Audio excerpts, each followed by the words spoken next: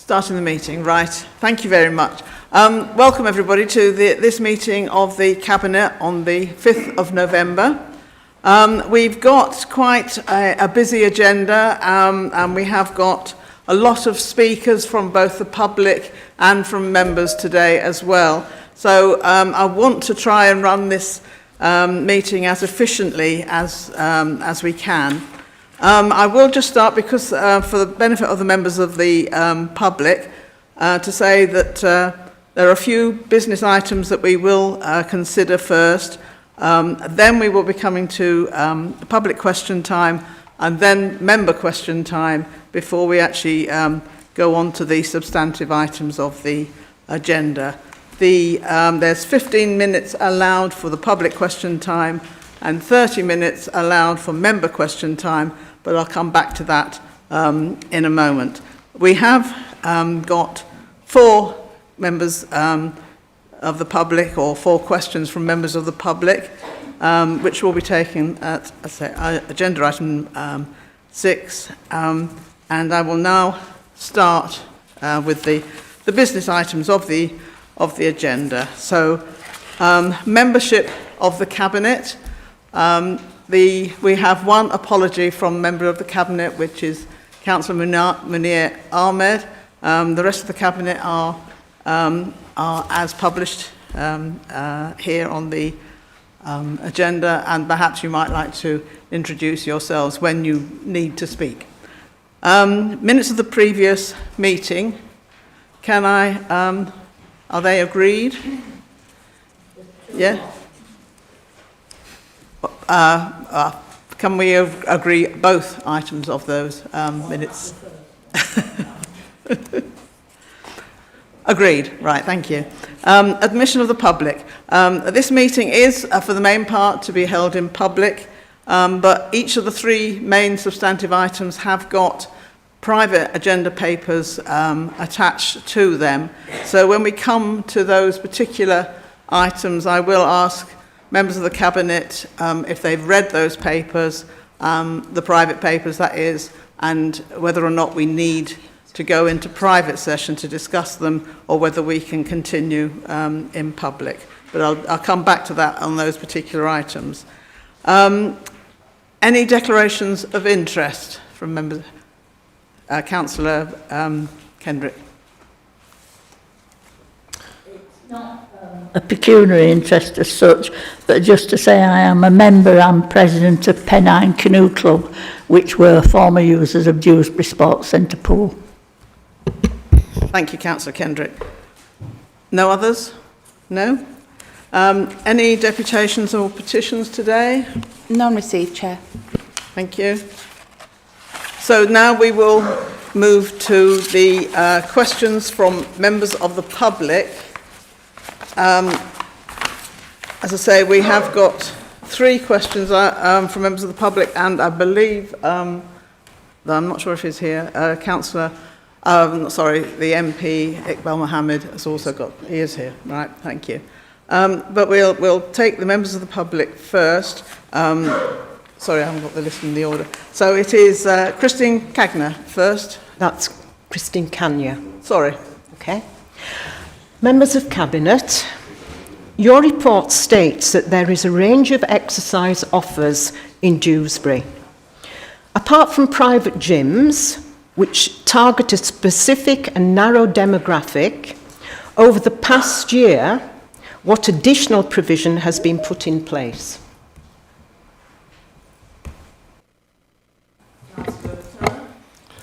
Thank you, Chair. And as Chair pointed out, I'll introduce myself. I'm Councillor Graham Turner, the Cabinet Member responsible for finance, regeneration and economic growth. So thank you, good afternoon for you, and thank you for your question. Can I refer to you as Christine? Chris. Oh, Chris. Chris, Cal has reprogrammed at Spen Valley Leisure Centre and Batley Sports and Tennis Centre to meet the needs of Dewsbury residents and the schools, including providing more women-only sessions. Appendix 3 of the Cabinet report includes information about the range of physical activity opportunities in the Dewsbury area. Along with our partners, we have submitted an application to Sport England, which, if successful, will identify barriers to Dewsbury residents being active, so that we can start to build an effective programme and seek further funding to deliver it in the hope that we can get more people moving more often. Agenda item 8 will be a full and frank discussion on the future of the DSC.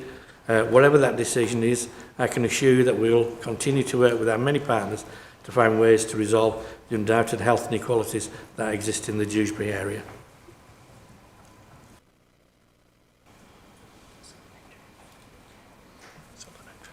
Sorry, is there a supplementary to that? So basically from what you've said, very little additional has been put in place, and we're talking about over a year now. From my own knowledge and having read the integrated impact assessment very carefully, I know that at the moment what there is, if we're talking about outdoor activity, is activity on poorly maintained playing fields. Indoor activity is restricted mainly to church halls, community centres, which are often poorly heated in winter and certainly have no aircon in summer. And these activities are run by people who are not accredited. At the very most, they may have 3 hours training, which really is not sufficient. There's no specialist equipment, and so because of that, it seems incredibly inadequate that after a year, that's all that we have in place. And certainly as a council whose stated vision... Sorry, Chris, are you actually going to ask I am. Yes, I am. As a council whose stated visions and values is to eradicate inequality, how can you justify this pound shop provision for Dewsbury when the rest of Kirklees has the upmarket Harvey Nichols version?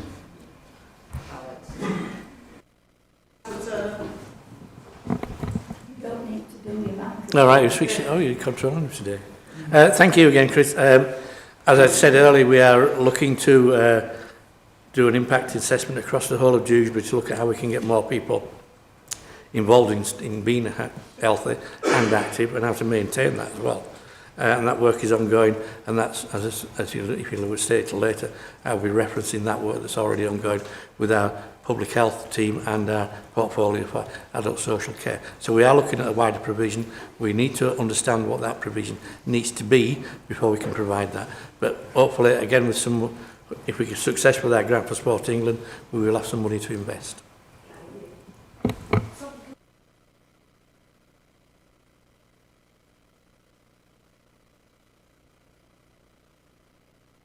Sorry, who could you not hear? Sorry. I couldn't hear Graham. Councillor Jones' response. If he moves his mic down, probably can hear it a little bit better. There's no noise coming. Yeah. Okay. Point taken. Right.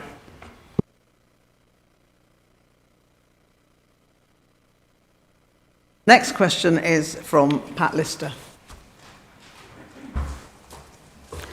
I've been a regular attendee and user of Dewsbury Sports Centre for many years. I attended 8 classes a week, mainly at Dewsbury, but also at Deaton Sports Arena, Batley Baths and Spemborough, before it closed. On reading the report and recommendations, I realised that my data, potential income from my membership fees and my future needs have not been taken into account, and I feel it have been excluded from consultations and discussions on what I and other residents in the wider North Kirklees area need. Question is, I would like to know why data and information on members, volumes and potential income from other users and residents and members from other wards in North Kirklees, such as Mirfield, Liversidge, Spemborough and Batley and Heckmondwike, have not been taken into account, and why only data about the 3 named Dewsbury wards forms the basis of the recommendations for option 4 and the recommendation to close and demolish Dewsbury Sports Centre. Councillor Turner. Good afternoon, and thank you for the question. Can I again refer to you as Pat? Okay, Pat, there was an extensive consultation about the leisure centre offer last autumn, to which 17,860 people from across Kirklees responded. Plus, others took part in focus group sessions so we could understand the needs of people with particular characteristics. Every resident of Kirklees had the opportunity to submit their views as part of this consultation, which included Dewsbury Sports Centre. As we were just starting the consultation when we had to take the decision to close due to the risk to public safety from racking the building, and so it was too late to remove it from the consultation questions. The data and views from the full consultation about all the leisure centres in Kirklees are being considered as part of the process to decide about the future of DSC. We have quite rightly, given that DSC is located in Dewsbury, undertaken further analysis into the needs of Dewsbury residents. Officers have also analysed demographic data as part of the integrated impact assessment, and CAL has provided data related to past and present membership of DSC. A lot of data and views are being considered. However, it is unrealistic to expect that we can consider every single individual person's needs. The integrated impact assessment, as well as focusing on data about the 3 Dewsbury wards, also included the 2 Batley wards, as we realised some Batley residents were closer to DSC than the other sites in Batley. Our priority is to ensure that our residents are both well physically and mentally. Whilst analysing data, we came to the conclusion that DSC may not have been the most effective way to achieve this outcome in Dewsbury, as when it was open, Dewsbury still had lower levels of activity than average and higher than average adverse health outcomes. We therefore need to look at more effective interventions to achieve better health outcomes. So should Cabinet agree to support option 4 later today, we have to balance the information the data is telling us with our financial ability to pay for capital improvements with the running of DSC should it reopen. If our decision was solely based on the data, we may have made a different decision, but we cannot provide at this moment in time what we cannot afford to provide. Thank you, Councillor Turner. Pat, you have another question, or rather you could have a supplementary question, but you have also got another question which is on the similar subject. So I'm not sure if your second question is actually your supplementary. My second question has partly been answered by Graham, but my supplementary question to the first question was very much, will the Cabinet now instruct officers of the Council to revisit their data and information and the calculations to provide an accurate reassessment of usage, which would include the 30% of users in North Kirklees and the rest of Kirklees and users who travel to work in Dewsbury, which will give you a better picture of the viability of Dewsbury Sports Centre and contribute to the regeneration of the Dewsbury economy. Councillor Turner. Depending on the outcome of this discussion this afternoon, the vote under item 8 will determine the future role of the adult health and social care within Dewsbury. As I said earlier, and I'll refer to it later on, is we are looking at how we can provide health and wellbeing outcomes with our public sector colleagues and our portfolio holders, and that research is ongoing, and hopefully at some point in the not too distant future we will have a plan on how we can improve the health and wellbeing of the residents of Dewsbury. Thank you, Councillor Turner. Pat, would you like to ask your second question? Well, I think my second question has partly been attempted to have a response. My second question was, why has the report recommendations been made that there is currently sufficient alternative provision available in Dewsbury, when those of us who live in the other wards of North Kirklees, which is 30% of the usage of the Sports Centre, and those of us who were displaced by the closure of DSC struggle to find suitable accessible alternative provision in either North or South Kirklees. And Spenborough Leisure Centre classes are not often suitable for those of us, and they're often oversubscribed. Why have the recommendations been made without the correct data, the correct information, and incomplete statistics to make an informed decision about the decision without the correct processes and procedures being adhered to? No provider can ever meet every single resident's individual needs. CAL does offer a diverse programme of classes throughout the day and evening, and not all of these have reached 100% capacity. Unfortunately, like many cultural, leisure and education activities, the classes have to operate on a first-come, first-served basis until they're full, obviously. It is a success story that many classes are full, as it demonstrates demand and that Kirklees residents are being active. But I fully appreciate your frustration when you cannot book on the class you wanted to book on, because it is full. The report considers the needs of Dewsbury residents as Dewsbury Sports Centre is located within their area. It is impossible to gather data about the needs of every individual resident in North Kirklees, or about all the previous members of CAL who cited DSC as their main centre, except for those who have remained members. The information we have access to has been included in the report and considered by Cabinet members. I believe that we have followed the correct policies and procedures. It is a difficult decision we have to make, as we have to balance residents' needs and within our financial ability to provide facilities. Have you a supplementary, Pat? I do, and I would certainly try to reinforce that will the Cabinet provide reassurance and take action to ensure that officers will revisit the data for the whole of the Kirklees area, and especially for the full North Kirklees area, and so that we know that our needs are being met and that we are being asked for what we do require. As I said, there is an ongoing programme at the moment to look at the health needs and wellbeing needs of the residents of Dewsbury area. As I said, that work is ongoing, and in due course a programme will evolve from that process. Right. Thank you, Councillor Turner and Pat for your Chris for your questions. We now move on to question 4, which is a public question from Mohammed Iqbal MP, and this is on Teams. Mohammed, are you? Can you hear us? Thank you, Madam Chairman. Can you hear me? Yes, we can. Okay, thank you very much. So I'm Iqbal Mohammed. I'm the MP for Dewsbury and Backley.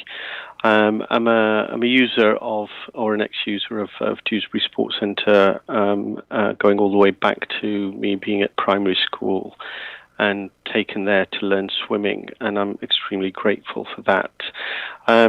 I have been obviously aware of the issue. Can I just? Sorry, I'm going to come to my question now. Sorry, can I just interrupt you? This is a public question time, and you were asked to submit your question in writing, which you have done. So could you please stick to the, read out your question? Thank you, Madam Chairman. I had a meeting with the Secretary of State for Culture and Sport a few weeks ago, and I've been asked to submit the issue and the challenge and a request for support in writing, and having full clarity of the detail of the financial impact will be instrumental in presenting the case effectively. So may I request the Council to provide a detailed breakdown of the quoted repair costs of 9 to 10 million, along with the projected annual running costs of 1.13 million. And also may I request that this be made public to build trust within the community and ensure transparency. Right, thank you for your question. Councillor Turner, would you like to reply? Yeah, good afternoon. Can I again call him Mohammed? Iqbal, right, okay. Right, Iqbal. The detailed breakdown of the quarter repair costs is actually contained within Appendix 1 of the report, and a financial summary, both capital and revenue, of each option in which we as a Cabinet have considered is contained in the executive summary of the main body of the report. So it's all there, all ready for you. We are unable to provide you with or publish a copy of the projected running costs, which are contained within the private Appendix 7, as this information provided by Kirklees Active Leisure, or CAL as we know them, is commercially sensitive. If we were to seek a new operator, having published these costs could either disadvantage CAL in the procurement process if they chose to bid, or risk the Council achieving best value as their operators will be aware of these costs. We remain committed to a solution for Dewsbury and its residents. The Council will support any bid for capital provided that comes with a commitment to revenue funding. Our decision is not just based on the capital funding requirements to open DSC, but on our and CAL's present inability to fund the operating cost net deficit once open, which for which it is extremely difficult to provide some source funding from elsewhere. In short, even if sufficient funding was found to fund a new DSC or the opening of the dry side, the Council does not have sufficient revenue funding to cover the losses which will be sustained by any reopening, as these will be significant and would need to be net year on year and funded every year for going forward in the future. I'm sure that where the local government funding is under unprecedented pressure due to a lack of funding and rising demand for many services the Council provides. To fund any extra revenue spent for DSC, this would result in services having to be cut from somewhere else. It's also possible that in a cost to benefit calculation, the extra revenue spend would not deliver the much needed health outcomes Dewsbury much badly needs. Thank you, Councillor Turner. Iqbal, do you have a supplementary question based on what you have just heard? Yes, Madam Chairman. The report mentions that the site was loss-making to the tune of 600,000, and the running costs are not available going forward. How does that compare with the other leisure centres across Kirklees? And weren't the running costs before RAC was found budgeted for by the council going forward? Because there is a lease which the council will have to buy out at 3.6 million. So clearly there's 50 plus years or many years left on the lease. So the running costs should have been budgeted as part of the annual budget process. So how does the loss compare to other centres, and why haven't the running costs been budgeted for Dewsbury going forward? Councillor Turner. We operate on the basis we provide CAL on an annual basis with what we call in effect a grant. So we give them that grant and we ask them what they're going to. We work very closely with them and say we're going to give you X number of pounds, and we discuss with them what they can provide for that money.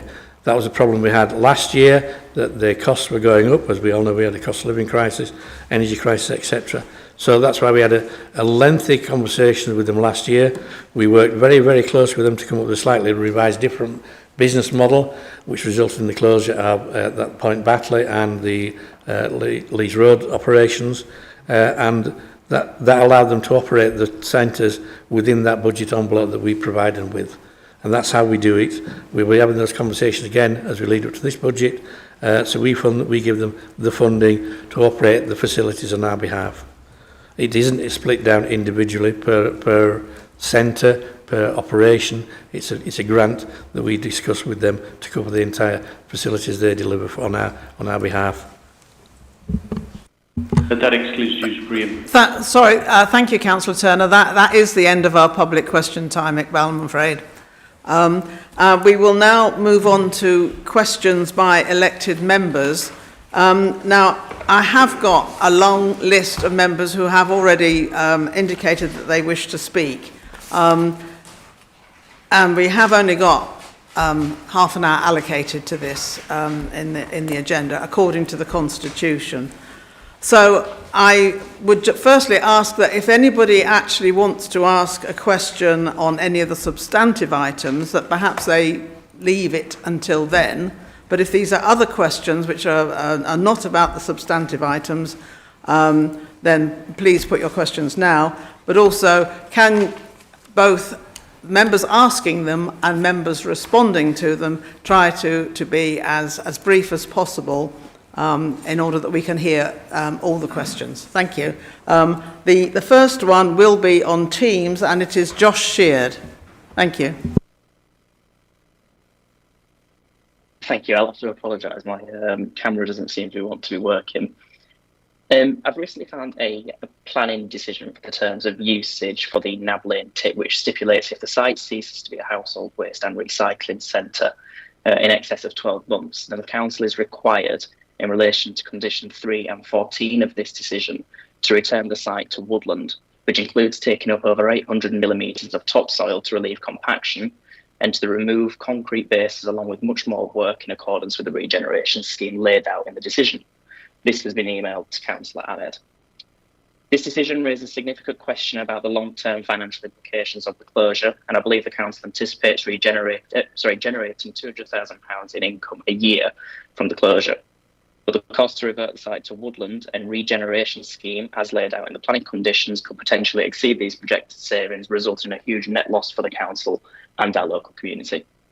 So given this information, I'd like to ask, was the Cabinet aware of the said planning conditions and the decision for Nab Lane before approving the decision to close the site as a waste centre? Thank you. Thank you, Councillor Sheard. Unfortunately, Councillor Munir Ahmed is not present with us today, and what you have asked is a very technical question. So I'm afraid I think I'm going to have to say, please, can we write to you with a response to this question? Thank you. Yep, no worries. Thank you.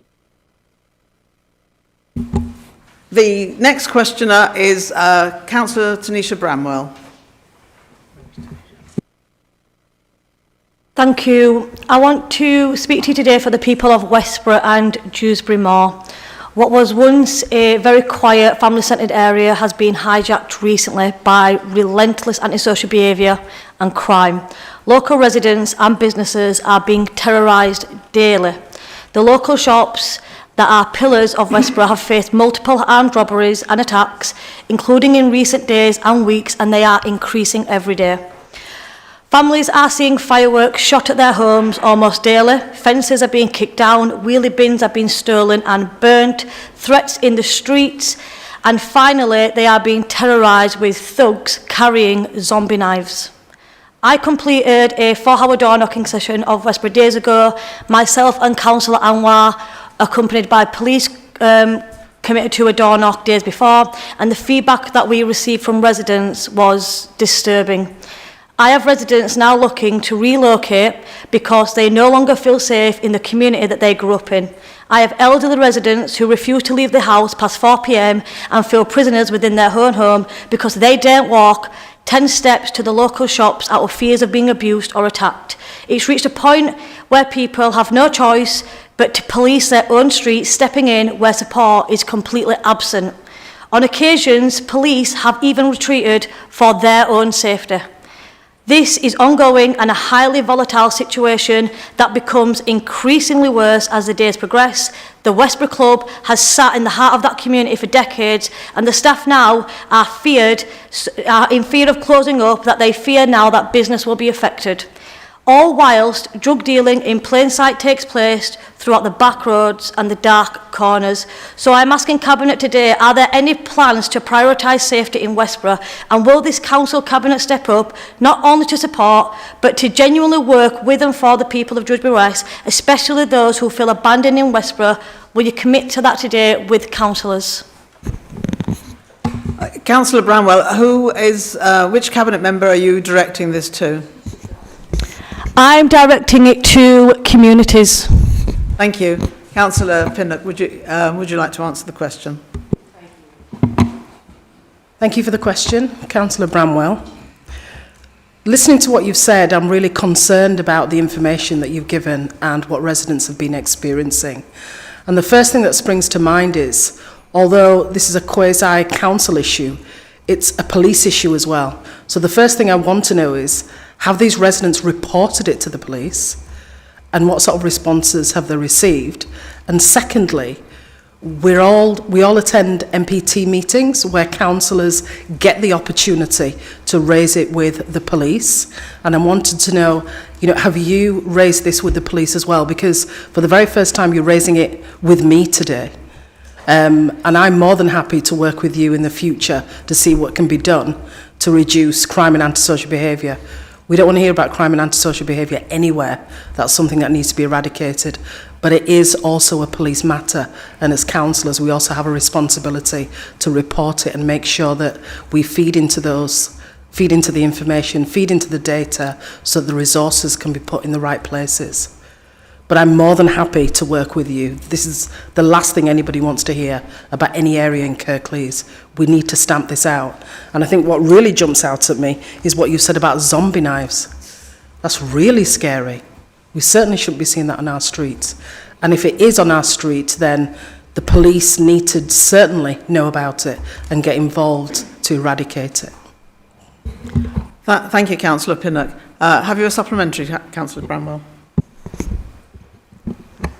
So, as I said in my original statement, we have completed a door knock with police and we liaise constantly with them. MPT meetings have taken place and we've reported that back. Meetings with residents and the police took place, but there was no communication between police and councillors, therefore councillors, we didn't attend. We've reported it to Safer Kirklees. Unfortunately, we feel we're hitting a massive barrier when it comes to the engagement with Safer Kirklees and their engagement on a grassroots level with our residents, a massive barrier in that open line of communication. This has to be a multi-agency approach. Are my residents reporting this? Yes, daily. I've seen books and books of long numbers of reports. The reporting's not the issue here. You've just committed to working with us, so my follow-up question is, what specific steps will this Cabinet take to engage with the residents of Westborough and ensure that their concerns are prioritised in your decision-making going forward? There is a meeting taking place on the 14th of November in Westborough where police officers and councillors will be present, and I invite you to come along to not only educate yourself on this matter but to help engage and build the concept and an approach moving forward to support this issue.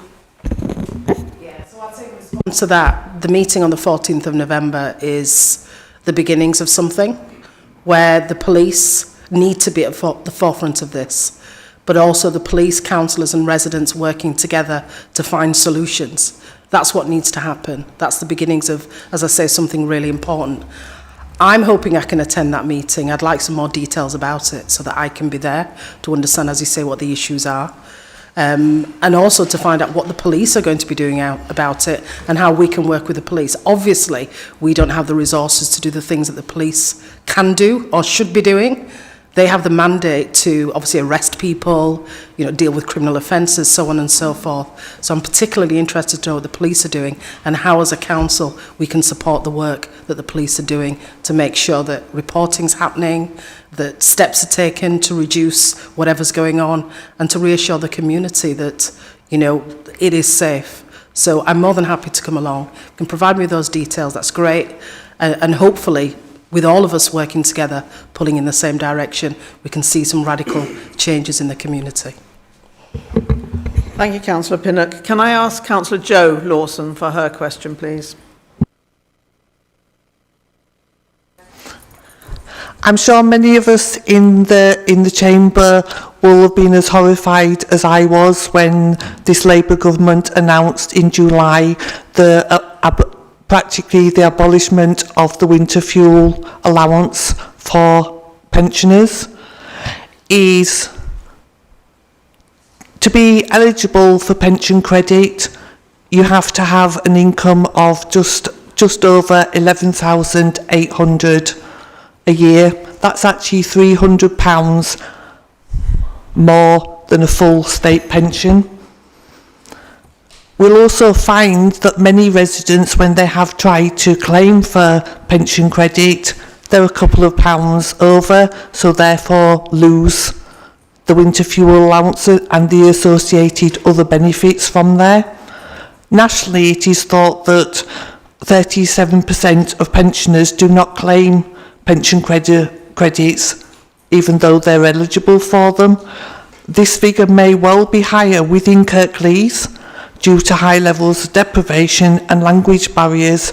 Could the leader provide an update on what the council is doing to encourage and help our elderly residents claim this vital lifeline? Thank you. Thank you, Thank you, Councillor Lawson. I will pass this to Councillor Hawkins, who will have more detail on that aspect to give you. Thank you. Thank you, Leader. So yes, I am working with, and thank you, Councillor Lawson, as well for the question, greatly appreciated. So within the Council, I have a meeting a little later on this week regarding the support that we have been providing during the cost of living crisis and how we can pivot somewhat to some of the pensioners who have been affected by the change in winter fuel allowance. We're also continuing through the Household Support Fund to work with our partners to look at how we can support specifically pensioners who are being impacted at the moment. But I'll be more than happy to liaise after I have that meeting later this week about the specifics as to what we're going to be doing as a council. Councillor Turner can also add to that. Thank you, Chair. Through my work with the Revs and Ben's teams, one of the things that they've been looking at is seeing if they can identify those pensioners who aren't claiming pension tax credits. I have a meeting later this week with Revs and Ben's, which hopefully I'll have an update on whether that's been possible, and if so, what progress has been made to contact those people. We have issued also various documents to councillors with the idea that they would share them with communities and on social media, reminding people of their rights to claim this extra pension tax credits. So we've all got a role to play in this. Share that information that you've been provided with amongst your residents, amongst your social media outlets, and let's hope we can get the numbers increased significantly within Kirklees and those people are claiming what they're entitled to. Have you got a supplementary, Jo Lawson? I do have, thank you. Is the average pensioner, in my mind, is not a Facebook, Twitter, Instagram user. So we'll obviously be able to link up to their family members and highlight it that way. And it is good to hear that we're now in November, that meetings are actually still happening. This is, our pensioners deserve better than this, and we need to encourage as a council a full uptake of those that are entitled to pension credit allowance, because I assume that it's probably a few thousand pensioners within Kirklees. Councillor Crook will respond to your supplementary. Yeah, thanks, Jo. I do share your concern about pensioners, and I think that the important point here is that we move away from the need to be a top-up payment for pensioners to a point where the basic state pension is enough to support people's needs for heating and eating. And I think that part of the way that this government's demonstrated that commitment is by sticking with the triple lock, that we'll see the pensions going up by more than the decrease effectively of the winter fuel allowance. In our housing stock in homes and neighbourhoods, I've ensured that the money advice teams go out in person to visit elderly residents that we feel may be at risk, to ensure that they're in receipt of all benefits that they might be eligible for. So I absolutely take your point about elderly people not being online, and we've taken steps within my area of responsibility to try and mitigate any risk there. Thanks. Thank you. We'll now move on to Councillor Bill Armour. Bill, I believe you said you have 4 questions that you wish to ask. Can I ask you just to put one forward at the moment, and if we have time, we'll come back to a second one? Thank you. Right, thank you, Leader. Well, in that case, I'll pick on Councillor Addy. In the aftermath of the government's recent budget statement, by the country's first female Chancellor, I understand, what are the ramifications of the changes to employer national insurance contributions for adult social care in Kirklees? Thank you, Councillor Armour. I hope you don't really mean you're going to pick on Councillor Addy, but I will ask Councillor Addy to answer the question. Oh, sorry, I'm trying to turn my microphone on. Yes, thank you, Councillor Armour. Has been a promise to support the uplift in the pay and national insurance contributions. So we'll be looking to see what that actually means in code hard figures, but hopefully we will then be able to cover that in the employer role. Thank you, Councillor Addy. Supplementary, Councillor Armour. Thank you. Yeah, as I understand it, the exemptions apply to places like NHS, but not to councils. So supplementary is, are you confident that the private sector providers are able to take this hit?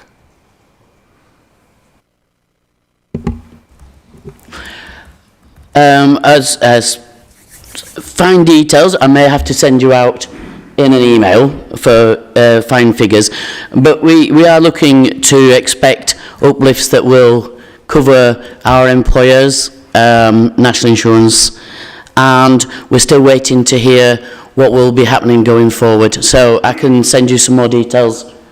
I look forward to that. Thank you, Councillor Addy. Thank you, Councillor Addy and Councillor Amar. Can I now ask Councillor Amar Anwar to put his question, please? Thank you and good afternoon. It's regarding the Dewsbury Sports Centre. In our previous meetings, we've established that the Dewsbury Sports Centre is at the boundary of Dewsbury Town. So my question is, with the footfall likely to increase when the arcade is reopened, would it reopening the sports centre enhance these investments and contribute to the town's economic and social growth? And also, what influence does the council have on the Dewsbury Town Board to reconsider the boundary change to include the sports centre in the town? I'll ask Councillor Turner to answer that question, Councillor Amar. So in effect, there's two parts to your question. The first one around the reopening of Dewsbury Sports Centre. As I stated earlier, there will be a full and frank discussion on the future of the Sports Centre later on this agenda, so I'm not going to spoil the fun and games of that discussion. The Town Board is totally independent of the Council. It was set up by the previous government, and the membership of the Board is enshrined in the legislation around the funding. So we have no control over the board itself. We operate the admin side of it, we clerk it, we do the sort of administration for it, but the actual membership is set in legislation. Thank you, Councillor Turner. Have you got a supplementary, Councillor Amar? Yes, I do have another question. An independent survey was carried out identifying RAC at the sports centre. Can I ask why this report has not been made public? Councillor Anwar, this is meant to be a supplementary on the information that you've just heard. Yeah, this is the second part of my question, separate question, yes. It's not a separate question? You can't ask a separate question. You can answer, or you can ask for more information on what you've just heard from Councillor Turner about Dewsbury Town Board, but not a separate question. Okay, thank you. So, Councillor Andrew Cooper, your question. My question's to Councillor Addy. When I spoke with you at full council, I asked the hypothetical question: what if more money became available with regard to not privatising Castle Grange and Claremont House, the dementia care homes? And I remember you referring to a magic money tree, and if that became available, that they would be looked at again, and that you were gutted that we were having to consider privatising dementia care homes. Well, we've had the budget announcement, $1 billion for the Household Support Fund, 500 million for highways, general support of 700 million, send budget funding of $1 billion, and specifically, there are other things as well, but specifically 600 million for adult social care. Coupled with that, national insurance employers' contributions will be covered for the council by the government, but not for the private sector. And the minimum wage will probably affect the private sector more than the public sector.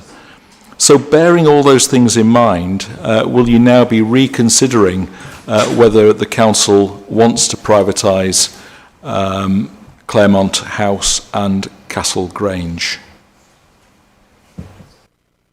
Councillor Addy. Thank you, Councillor Cooper. We are in the position where we are seeking private tenders for the 2 care homes, and that is the position where we are in, and we know what the position is going forward. and the council does not have the finance to continue. We looked at the opportunity to close them, and we held off with that in favour of looking for a private buyer. We will be going forward with finding a private buyer for these care homes. Thank you, Councillor Addy. Have you got a supplementary, Councillor Cooper? And we do not have the finance, is what you're saying. But does that mean that all those billions of pounds, all those millions that have been sent to us have had no effect whatsoever? That what happened with the government's budget, which gave billions to the public sector, has no impact at all on the choices that we are able to make as a council? If that's the case, isn't that just you saying that your government's budget was worthless? Yes, Councillor Addy, if you can just try to respond to the pertinent bit of that supplementary question. Well, there's millions that you're talking about. The money coming to the council will be put to good use in adult social care. We will be concentrating on what the council can do well and providing excellent other forms of care in the adult social care field, while making sure we are passing on those care homes to a quality provider. Thank you, Councillor Addy. I would actually respond to Councillor Cooper's question by saying that yes, the millions, not billions, that Kirklees will receive from this government is stopping us from being in an absolutely dire state, but it doesn't necessarily take away some of the pain that we are having to make. It is, we're very grateful that it, for some of the measures that are in the latest budget, and we look forward to better uplifts in the future. Thank you. So, Councillor Moses Crook wishes to say something too. I just wanted to add, it seems quite a one-sided way to interpret a budget which increases the living wage and the minimum wage to say that it has no impact, because for people suffering from the cost of living crisis, having that increase in their wages will be a significant advantage. So even if the increase in funding to Kirklees is offset by us having to increase wages for our residents, I don't see that as zero impact. Thank you, Councillor Crook. The next question is from Councillor Cathy Scott. Thank you. Thank you, Chair. I've got several questions on here, but obviously I respect your wishes that there's others that might want to talk. But what I want to ensure before I ask my question is you allow us to talk out when it comes to the substantive item, rather than wrap it up quickly and only allow us a couple of questions. So I just want to make sure that we're enabled to do that. It's on.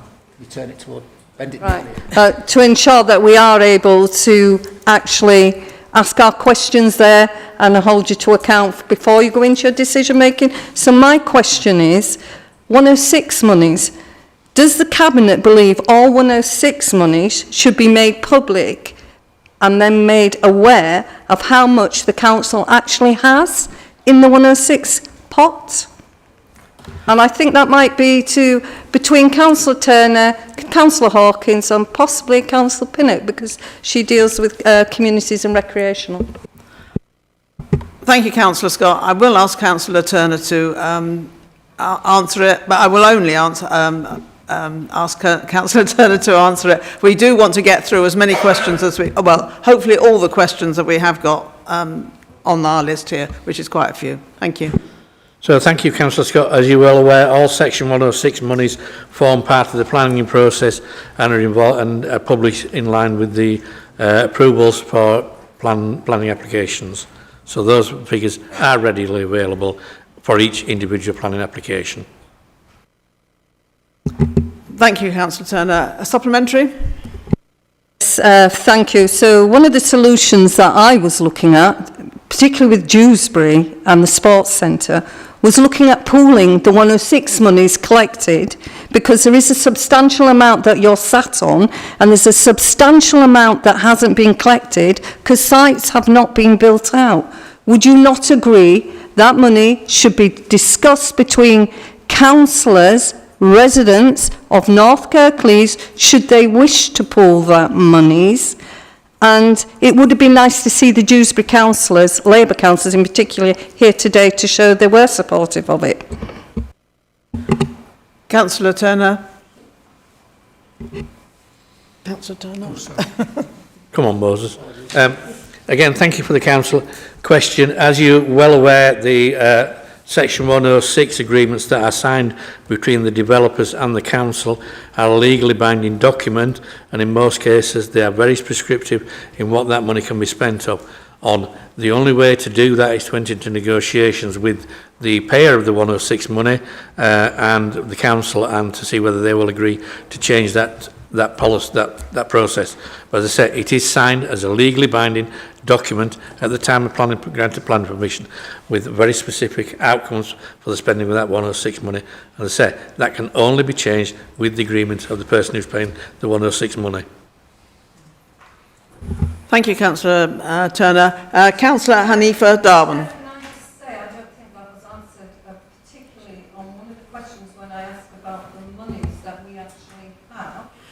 I know it's a legal binding document, but you have not answered the question that I actually put to you. So what I'm suggesting today is, can you look at the 106 monies before you decide on Dewsbury's future? Because a lot of people in North Kirklees need to be told this. So I really think you need to think about the question I asked. I'm going to put it in writing to you now so that you've got it, and then you can take it forward. But I really think there's an opportunity here to save something. I know it's a legal document, but we can be flexible. Thank you, Councillor Scott. I think Councillor Turner has answered both your question and your supplementary. Thank you. Sorry, the next question comes from Councillor Hanifa Darwin. Good afternoon. The cost of, by the way, I just want to say I've got nothing against Huddersfield, because my question does relate to that. Yeah, absolutely nothing. Good luck to Huddersfield. The cost of redeveloping Huddersfield historic George Hotel has spiralled by 50% in 2 years to 30 million. The Cabinet sees it as a key part of the regeneration of Huddersfield Town Centre.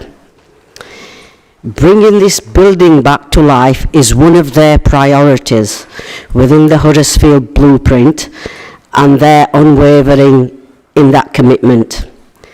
Yet, the same council says that repairs would cost around 10 million for a sports centre and swimming pool in Dewsbury that loses 1 million a year.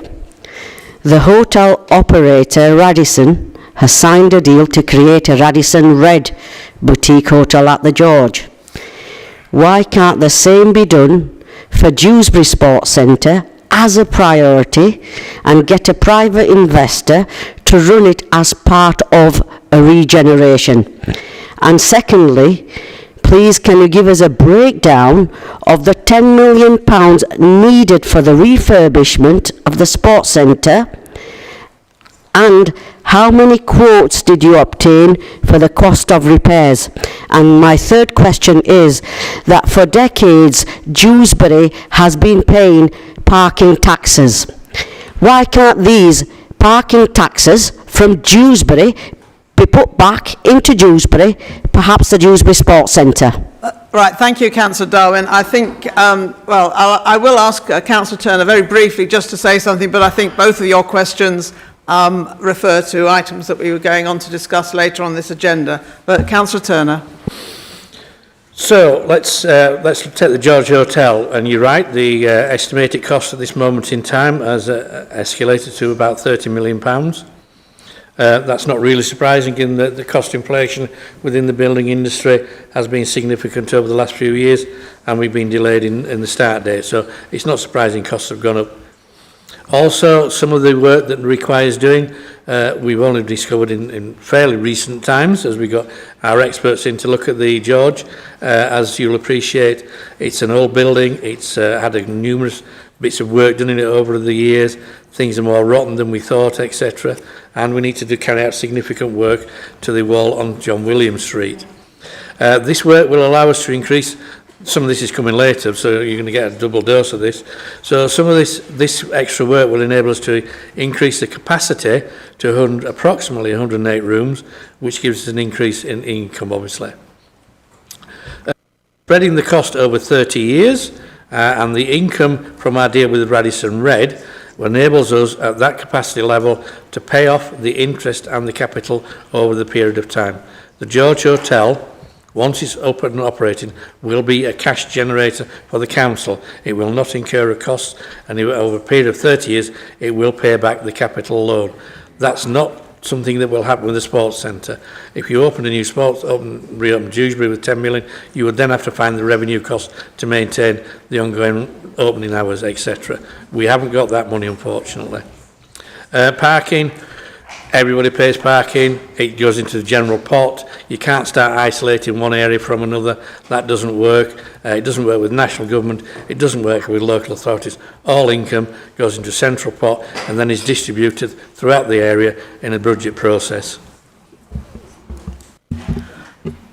Thank you, Councillor Turner. You can have a supplementary, Councillor Darwin. Okay. Well, Okay. we have run out, well, we are over our 30 minutes now, which is allocated for this item. There are 4 people who have not yet asked a question who wish to do so. I will use my discretion to extend this part of the agenda to allow those 4 people to ask their question. So the first one, if we can try to keep them as brief. Oh, I thought you said you didn't want one. Sorry.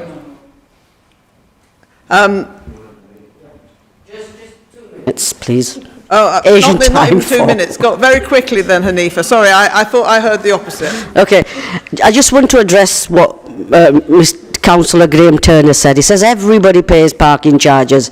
I didn't think Batley were paying parking charges. I know they're going to be reintroducing them, but for decades Dewsbury has been paying them, and look at the state of Dewsbury. So it's only right that the money generated from Dewsbury does not go in a pot. It goes back to the Dewsbury Sports Centre. Very quickly, Councillor Turner. Parking revenue can only be used, under legislation, can only be used for highways improvements or maintenance.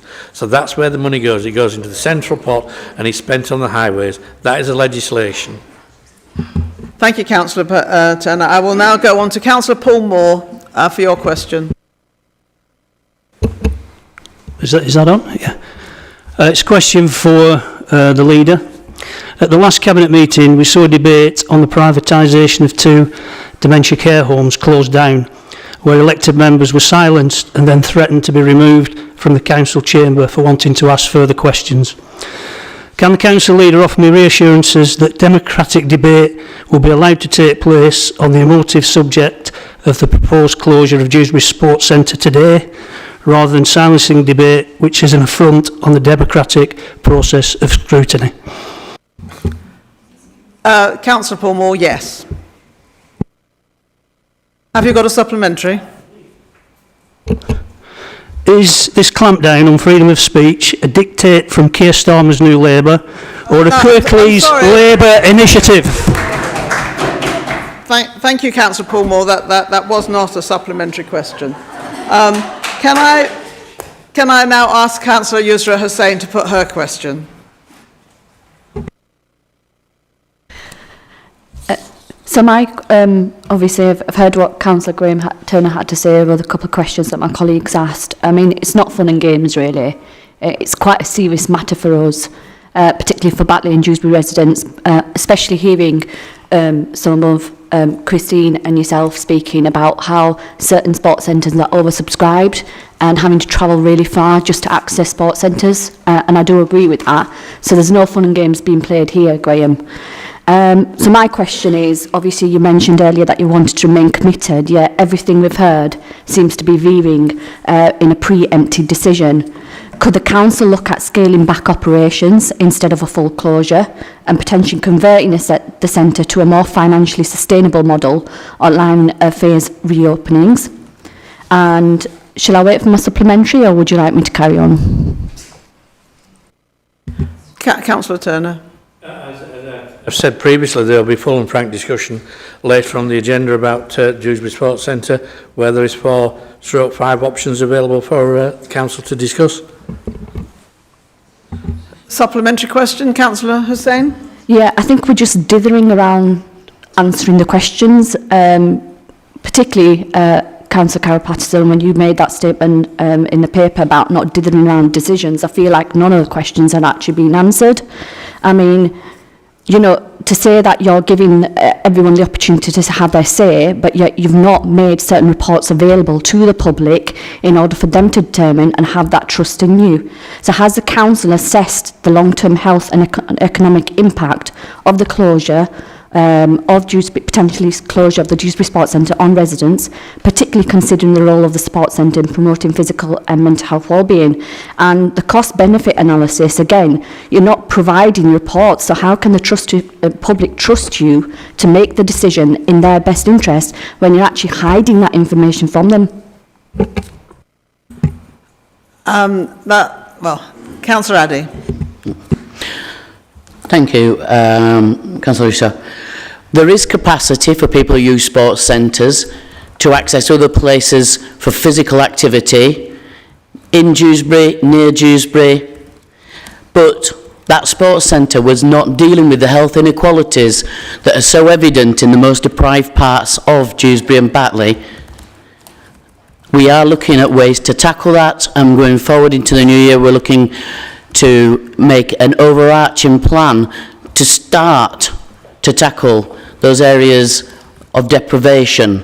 We've heard today about antisocial behaviour, many things coming to health inequalities. Those will be part of that plan, as well as means and ways of getting active. However, Dewsbury Sports Centre, as sad as it is that we're looking at this decision today, was not dealing with the health inequalities in the most deprived areas.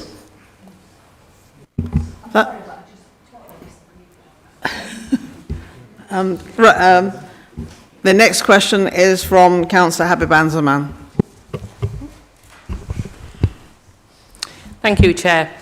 In the interest of public safety, given the role the Council has on delivering Prevent agenda, can you clarify how many IDF soldiers are residing in the Kirklees district?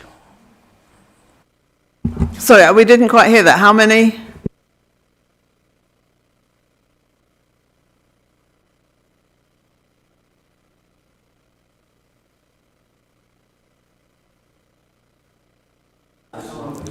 No, it's on. Can you put the mic on? Do you want me to repeat the question? The question is just... No, I don't. It doesn't appear to be appropriate for this council. Prevent agenda. We are delivering on. I thought the council had a prevent strategy and they were delivering on the prevent agenda. Yeah, certainly we do have a prevent agenda or a strategy and somebody who works on that. But your question is? Data? For what, sorry? In delivering community safety, do we not collect the data? How many IDF soldiers are residing in the Kirklees? Certainly if we did, I don't think we would be publishing that, but I'll just ask Councillor Pinnock to come back on that. Yeah. I think in answer to your question, yes, we do have a prevent strategy. We do have council officers who deal with prevent. But in terms of the specific answer to your question about soldiers, I don't think that information is in the public domain and should be in the public domain. I would think it would be extremely sensitive. And I don't think we'd be in a position to deal with that anyway, and certainly not in this arena. Thank you, Councillor Pinnock. Have you got a supplementary, Councillor Habiban? I think in the interest of public safety, we should be collecting that data because it affects our communities. If we It is on terrorism law. Well, it does affect communities. Yeah. I think it's about community safety, so... Yeah, just carry. So, what's the question? That we should be looking at data so that we can make our community safe. Yeah, I accept the fact that it is sensitive information. Councillor Pinnock. I agree with 100%. We should be looking at the data, and I suspect we are looking at that data. What I can't do, I don't think, is disclose that information in this room because of the sensitive nature of it.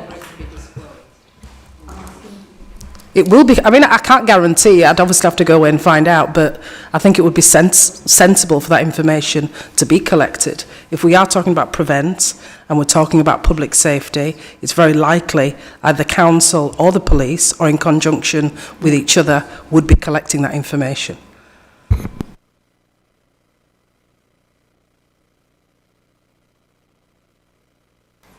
Thank you, Leader.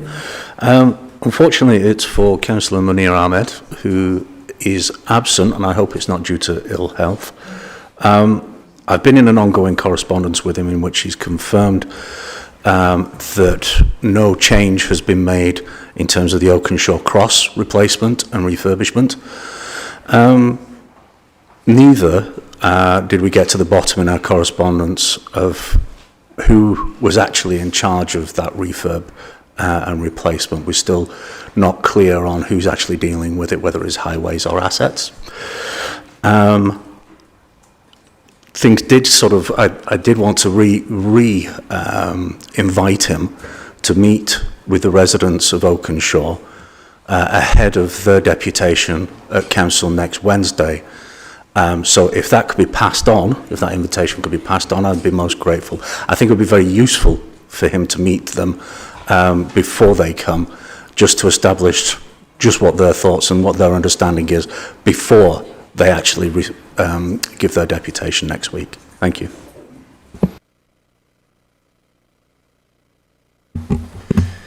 Thanks, John. So Munir is off work at the moment, as you've said. The Oakenshaw Cross is an ongoing issue. I remember you bringing it up with me when I was Highways Cabinet before, Munir.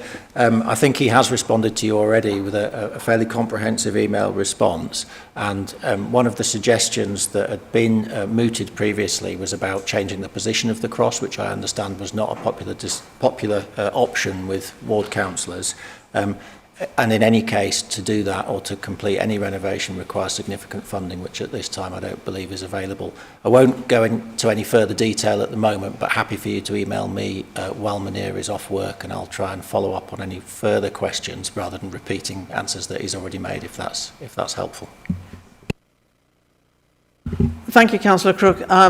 Is there a supplementary to that, John? No, that seems superfluous. Thank you. Okay, thank you. Well, I am now closing the questions from elected members. I think I've given it an extra quarter of an hour, so that's 3/4 of an hour. We will now move on to the substantive items. I have got some members of the members have registered to speak already. I don't know on individual items going forward. I don't know if there will be more than what we already have. But what I will do first off is just check whether or not there's any questions from the public, which I will then ask Graham, well, on this first item, on the Dewsbury Leisure Centre, I will ask Graham Turner to respond to those. Sorry, I will ask Graham to introduce this first, and then I will take questions from the public before I then take questions from members. But I will ask them to, in order to keep some brevity and efficiency to this meeting, I will take them all together. Sorry, Graham, over to you to introduce this item. Thank you. Okay, thank you, Chair. This is the long-awaited report into the future of Dewsbury Sports Centre, or DSC, as I've referred to it in my previous questions, answers to the previous questions. So back in September 2023, a decision to temporarily close the DSC was made late one evening when it was made clear to the Council that following a report, the council commissioned the wet side roof was made of wrack. The report was commissioned when it became clear that many public buildings had wrack that was now past its designed life and was starting to fail in many public buildings across the country. Senior officers in conjunction with myself as portfolio holder asked Carl to close it at the close of business that evening and not reopen the following day. This of course was not an easy decision and not one that we took lightly, but given the potential risk to the health and safety of the users and the centre staff, we decided this was the appropriate course of action. Just for clarification for those who question this decision, I went along with the then leader and spent the morning looking at the roof on the wet side, and having seen deflected beams, gaps between beams and shedding of the concrete rack, I concluded that we had made the right decision.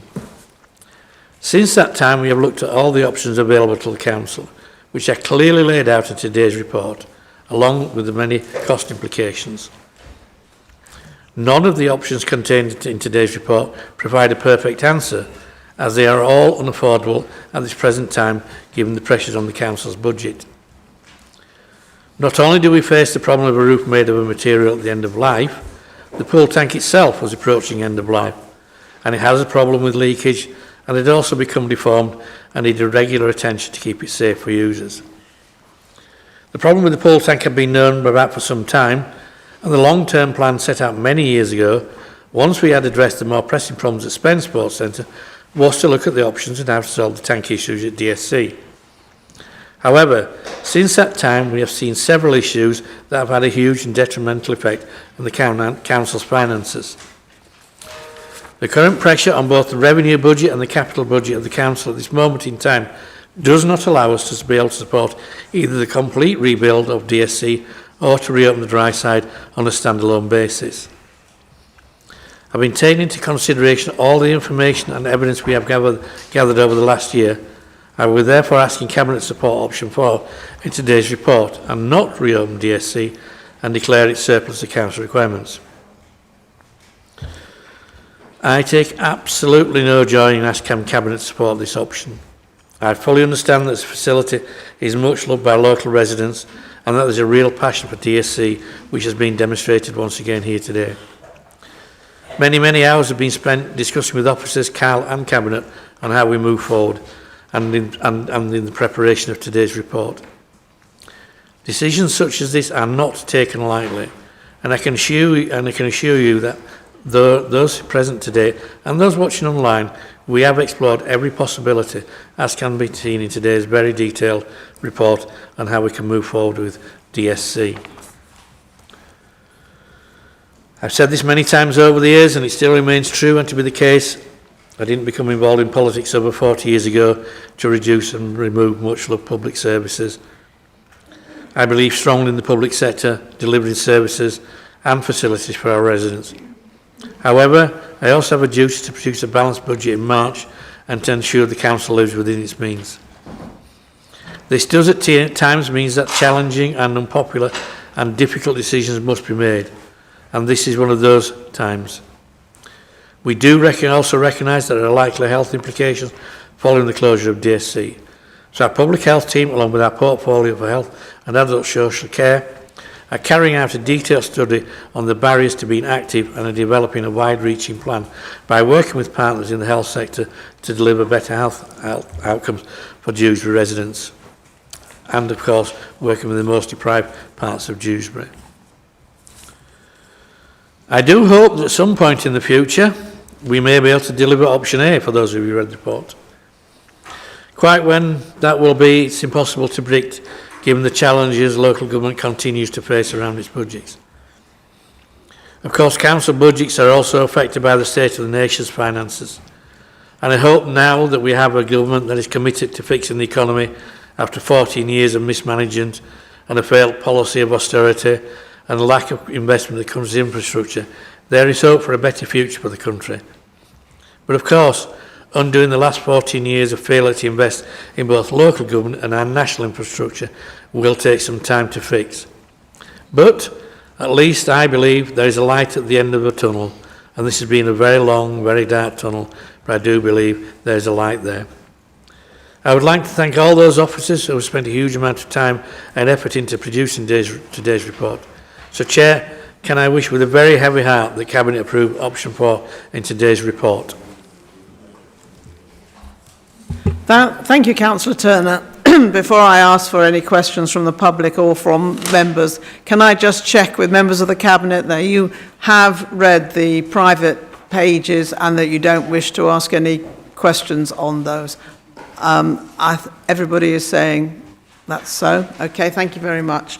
Okay, well, first off, I will ask if there are any questions from the public. Any questions from the public? No. Can I go first? Yeah, go on. In September 2023, Kirklees Council commissioned an independent survey of the RAC situation in Dewsbury Sports Centre.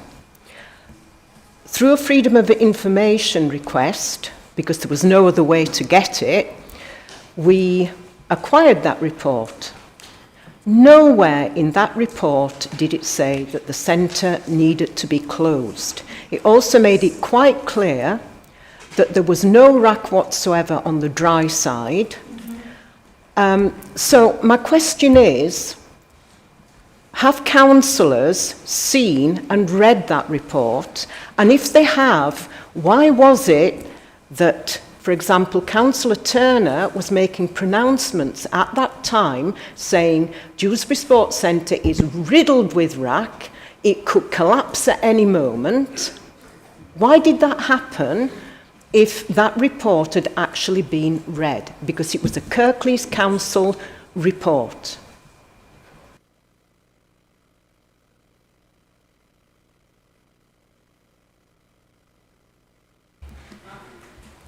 I'm very concerned, my original question, that why hasn't the rest of the population and the users of Dewsbury Sports Centre that live in North Kirklees, why have they not been accounted for, and why have our suggestions in terms of what the future of Dewsbury Sports Centre should be been taken into account?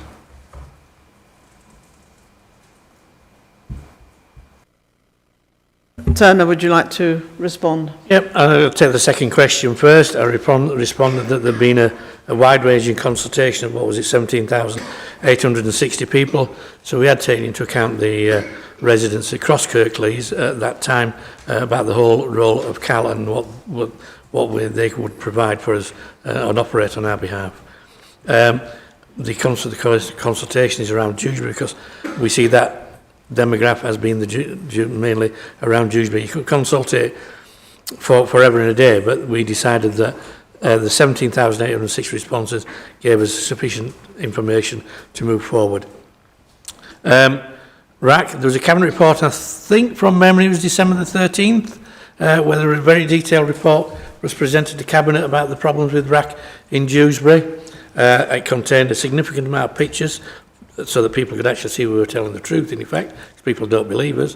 And I think when you have a building of that size, and the whole roof is constructed of RAC, that's pretty much riddled with RAC, I think. So that was the health and safety issues meant the only logical thing to do and the safe thing to do was to close it, because we couldn't be sure how safe that was. As I said earlier, I'd been in there right to the very roof, and when I see bits of concrete being collected by netting, I think that is unsafe, and I wouldn't want my children or grandchildren or any friends of mine attending that until we'd rectified that problem. Thank you, Councillor Turner. I can now move on to members. Sorry, there's no supplementary on these questions. Can I now move on to questions from members of the council? I have got 3 registered speakers. The first one is Tanisha Bramwell.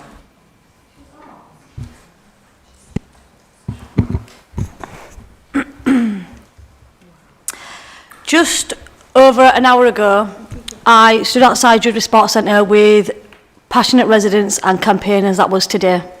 who voice their anger and their despair over yet another act of negligence from this council. We've seen over coming years closure of youth services, cuts to mental health services for young people, closure of libraries, closure of customer service centres, closure of town halls, the privatisation of dementia care homes, and now this.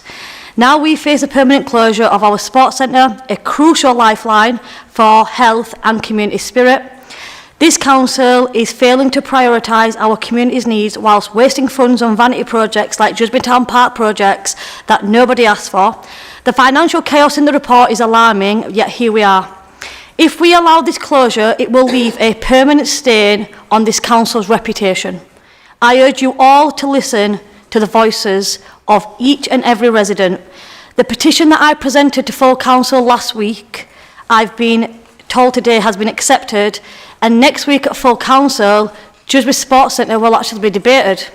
Therefore, I'm asking the Cabinet, will you postpone the decision to close Dewsbury Sports Centre until after this crucial debate?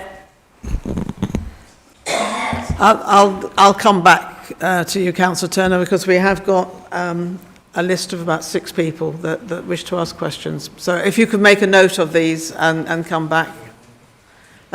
Councillor Amar Anwar is the next question. Thank you.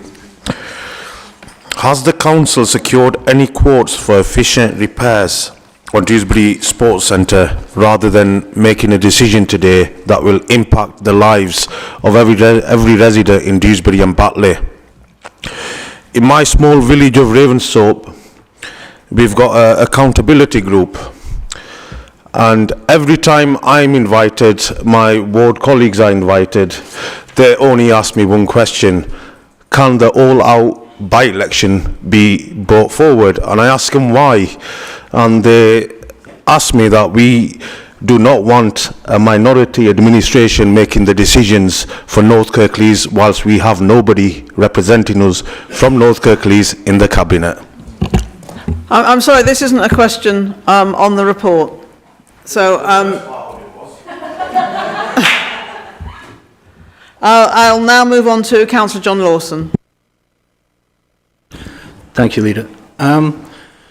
We see option 4 is recommended in the report, and I can't help thinking that this is kind of fatally short-sighted, really. Councillor Turner has referred to the hope that we can return to option A in future, and I would just point out, as I pointed out before in council, that hope is not a strategy. If you're looking to replace this functionality of the sports centre, then hope will not get you there. You need a strategy. There are a couple of issues that I'd kind of like to relate to spend pool, because that is a precedent of what has happened before in a very, very similar situation with a failing building. One of the issues there was, how does the closure of the pool comply with the statutory obligation for swimming for schools? And I'd like that to be explained in this forum so the public are aware, they don't have to go diving into a report. And the other aspect that I'd really like to have explained in this forum is that Spenpool was built with, we know that pools run at a loss, we know that, that's a given. Spenpool was, however, designed to have and I'll call it a cash cow, that's how it was designed, to have a cash cow gym attached to it to mitigate some of those losses.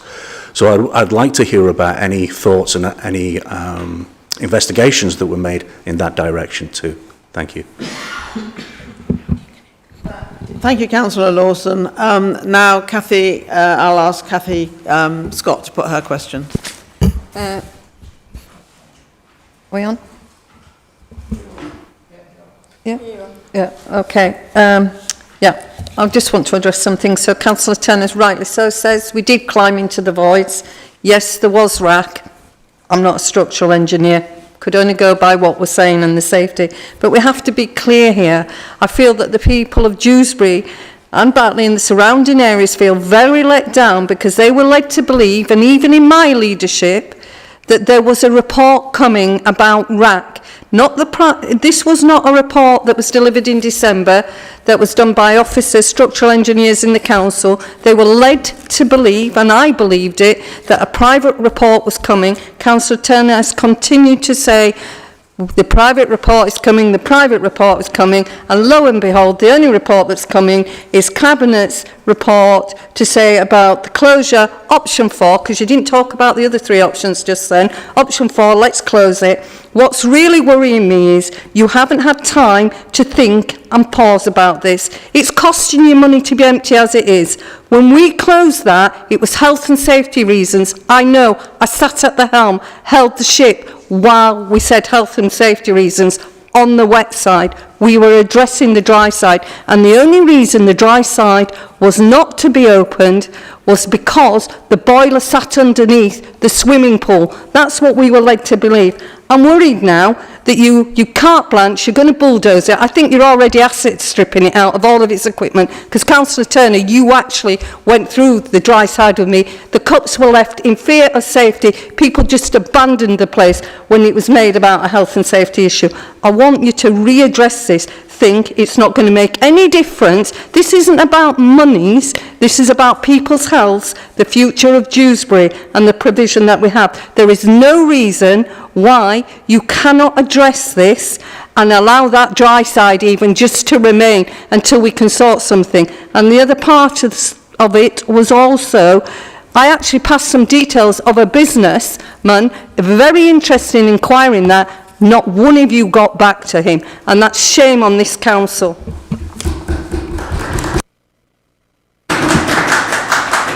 Councillor Hanifa Darwin. I just want to say that, and it's a question will come afterwards, that we've got cabinet members, and again, I'm not begrudging what they have, they've got a pool in their town, yet they're all sat there making a decision on Dewsbury saying they can't afford it, they don't have the money, and it's wrong. I mean, it's important that you wish for others what you wish for yourself. Now, does the council consider that it's all right, we've got a swimming pool in our area, but Dewsbury doesn't have one, and our children are suffering as well because they're having to take time off school time to travel. Thank you, Councillor Darwin. Councillor Paul Moore. Is that on? Dewsbury and parts of North Kirklees have some of the worst physical and mental health indicators within Kirklees. Examples include obesity, heart disease, levels of mental health and diabetes. This, coupled with high levels of poverty and low educational attainment, provides a toxic health mix if this area is not prioritised. I'd just like to read a few extracts from the current Kirklees Health and Wellbeing Strategy 2022-27. The 3 priorities include mental health, healthy places, connected care and support. It uses phrases like a high-level strategy, asset-based approaches, and when asked for feedback from residents, it includes comments like, I would like safe, accessible local places where I can meet friends and we can do activities together regardless of age and abilities. And in the same report, they say we work with communities and individuals and we don't do things to them. Now, clearly that's not the case here. And in the report, it also talks about values, where he said we believe everybody has the right to good health and well-being. We're committed to getting rid of health and well-being inequalities. We value difference and promote fair access to opportunities and resources. So I suppose my question is, the closure of Dewsbury Sports Centre is at complete loggerheads with the Kirklees Health and Wellbeing Strategy, or the strategy isn't worth the paper it's written on. I'm not sure which one it is. But the closure definitely ignores the very core principles the strategy is built on, especially considering the issues of poverty and health inequalities exist. So why is the Labour Cabinet ignoring the physical and mental health of local people, and instead choosing to prioritise in bricks and mortar in a shiny new hotel in Huddersfield?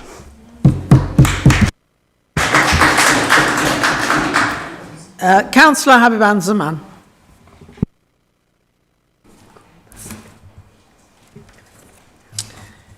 Okay, my question is, what steps...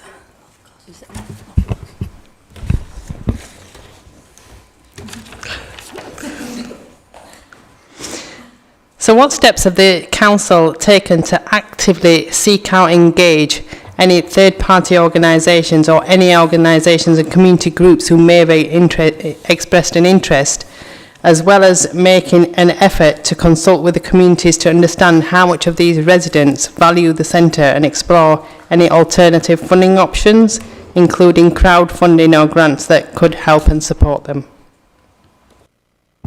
Thank you, Councillor Zaman. And finally, Councillor Yusra Hussain.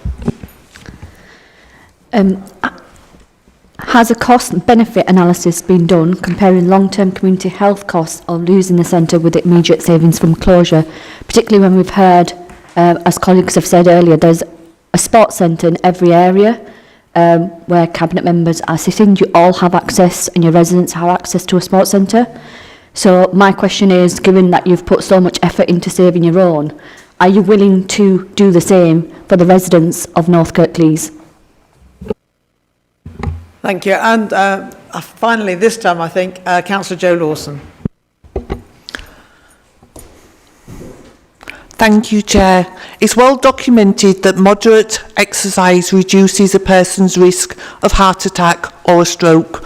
Weight loss associated with exercise can also cut down the risk of type 2 diabetes, which is linked to a higher than average risk of a heart attack or stroke. Diabetics are twice as likely to suffer from heart disease and to have a stroke. On the NHS website, they recommend at least 2.5 hours of exercise a week. Suggestions include swimming, aerobic classes, moderate weightlifting and water aerobics, all that probably would have been provided by Dewsbury Sports Centre.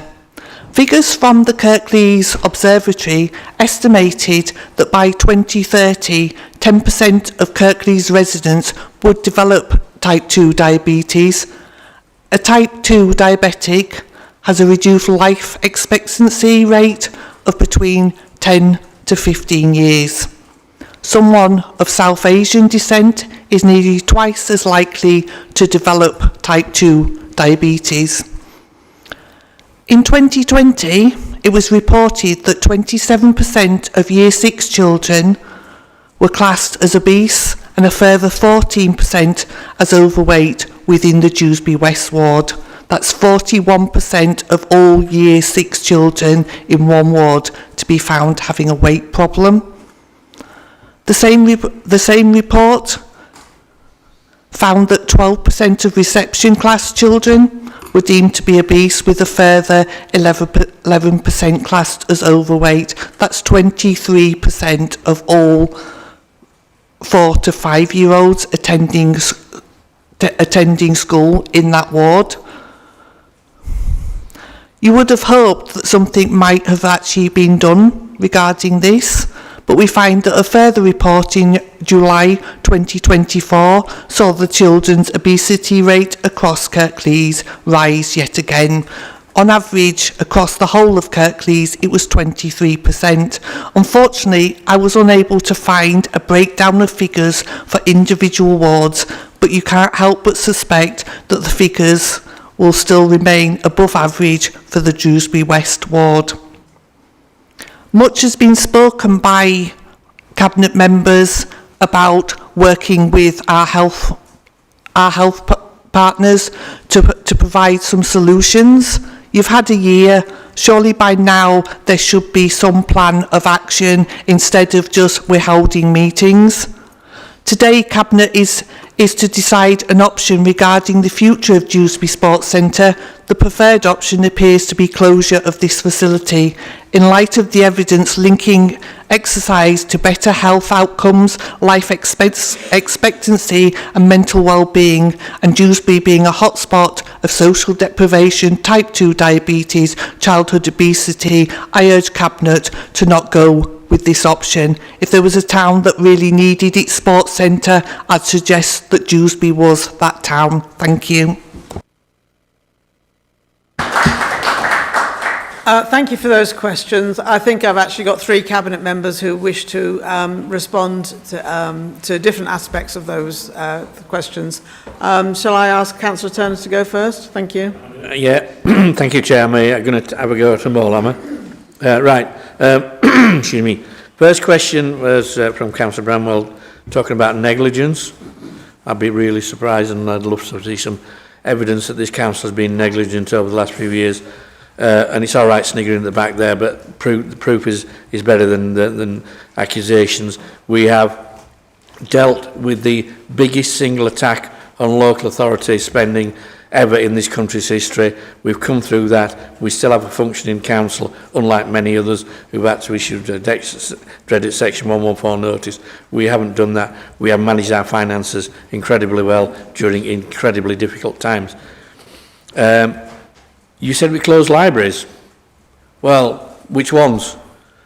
Which ones? We didn't close libraries. We did one of the biggest pieces of research into library services that's ever been done in this country, and we preserved the library service.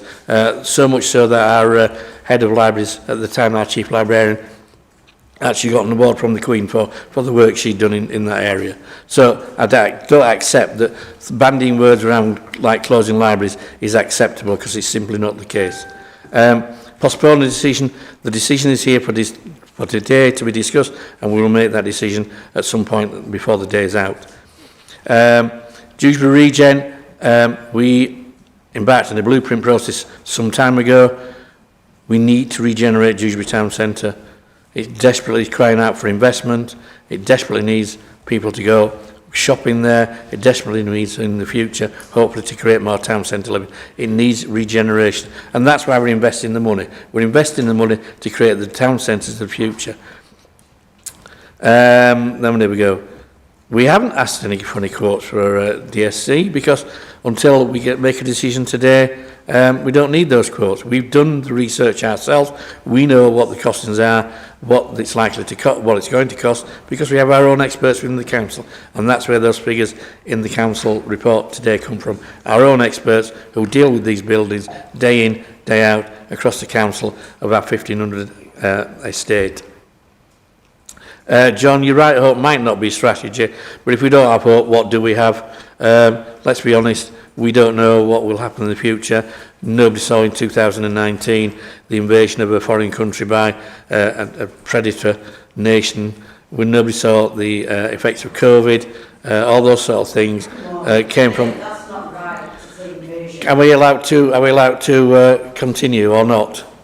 Yes, Councillor. I think the invasion of Ukraine by Russia is nothing short of an invasion. If you want to call it a special operation, then you may do so, but in all definitions, out of my understanding of the English language, it was an invasion. Nobody saw, well, perhaps they did see it coming, but nobody prevented it, and that had a huge impact across the entire world, and we're still suffering the consequences of that, along with the long-suffering Ukrainian people who are fighting for their very lives and very existence. So, we don't know, but ideally, in the few years, we would like to think that things will get better and we will be able to look at investment. John, you talked about the statute of school swimming. School swimming, all the requirements for the school swimming are being met across the Cal estate, and all pupils are getting the required swimming lessons as required by the legislation. So that's been dealt with. I think Cathy might be talking about a report on the potential extent of RAC in Dewsbury Sports Centre. We know it's the whole roof. We could. There was a recommendation at one point to have an independent report carried out at a cost of £500,000, plus £400,000 to repair the damage done to get to the RAC. So I, and I alone, asked officers not to carry out that survey, because I thought spending nearly £1 million to confirm what we already knew was a waste of public money. So that's why that extra external report was done. We know it's got a roof full of RAC. We've seen it. You've seen it yourself, Cathy. There's been there is no asset stripping going on What was removed from there was the expensive computer IT systems, which you would expect to remove from a building that may be subject to vandalism and breakages to be the right thing to do. Other equipment that was moved was equipment that did not belong to Cal or the council, such as vending machines, etc. They were removed pretty quickly because they don't belong to us and the company wanted them back. Referring to a businessman who wanted to talk to us, I can assure you, and I've done a quick search while I've been here, no one, including yourself, has sent me, apart from one person, has sent me any information about somebody wanting to operate it as a separate business.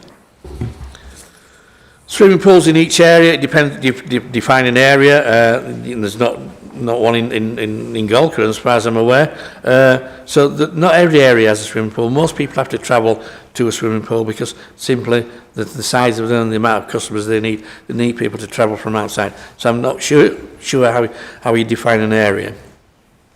Mr. Councillor Moore referred to poor health. We referred to that earlier on, and my colleague is going to no doubt mention something extra about that. We are well aware of the health implications across Dewsbury and the poor education outcomes.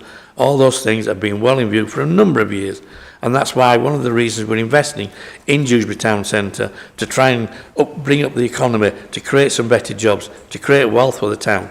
We invested in the Dewsbury College at great expense to the council to generate an education system fit for the people of Dewsbury. We invested not long since in a off-site construction village, which is a tax, I think it's 20, last time I checked it was about 22 students in there. So we're investing in Dewsbury, we're investing in education, we're investing in the young people of Dewsbury because we understand the problems that exist and we're trying our very best in very difficult times to help those people out. Bit of a cheap shot about Huddersfield. I've explained the hotel in Huddersfield pays for itself over a period of 30 years. It doesn't drain anything on the council and will help revitalise that part of town, creating jobs for the town centre, creating an economic benefit for that whole area around the St George's Square. Tied in with some of the projects we've got in mind, will create a whole new vibrant area of Huddersfield. What next? Third party? We can't approach anybody, we can't advertise or do anything until a building has been declared surplus to the council's requirements. At this moment in time, until a decision is made, it is not surplus to the council's requirements, so therefore we can't start looking around if anybody else wishes to become involved in its running.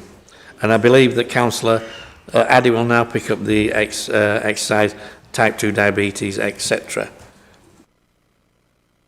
Thank you, Councillor Turner. Yes, I'll now ask Councillor Addy to respond. Thank you. I think I'm primarily responding to some Councillor Moore and Councillor Joe Lawson's comments and questions.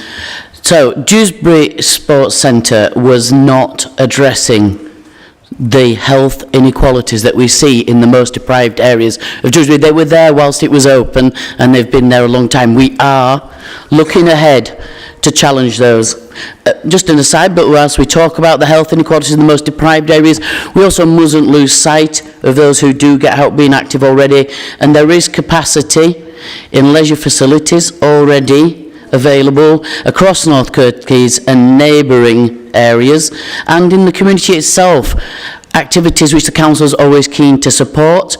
We are looking to enhance the community offer in ways that target the health and well-being across our hardest hit communities. If successful, our bid to Sports England will allow us to explore what exactly the barriers are for those who don't engage with the facilities that are available and allow us to pilot innovative approaches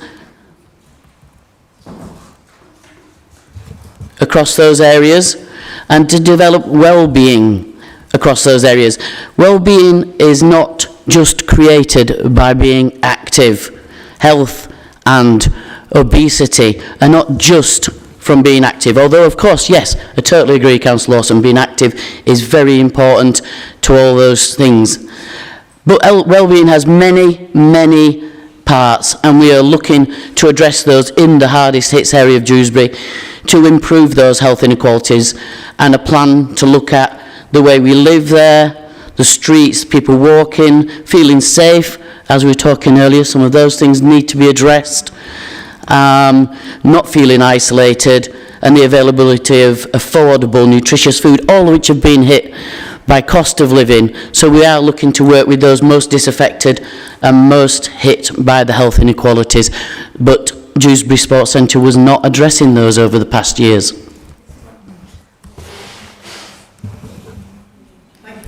Thank you, Councillor Addy. Councillor Kendrick. Thank you. Thank you, Chair. I just want to make some comments. I declared at the beginning of this meeting that I had an interest in Dewsbury Sports Centre, a personal interest.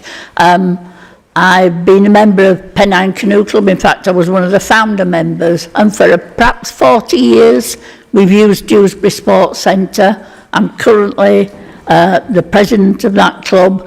And it's been absolutely important to us in terms of introducing young people to canoeing, to being safe, to learning, to helping young people learn to play canoe polo. And year on year we've had young people who've been in the Great Britain squad playing internationally at canoe polo. Sadly, because of the closure, we can't be there. And so it is important to me, as it is to many others.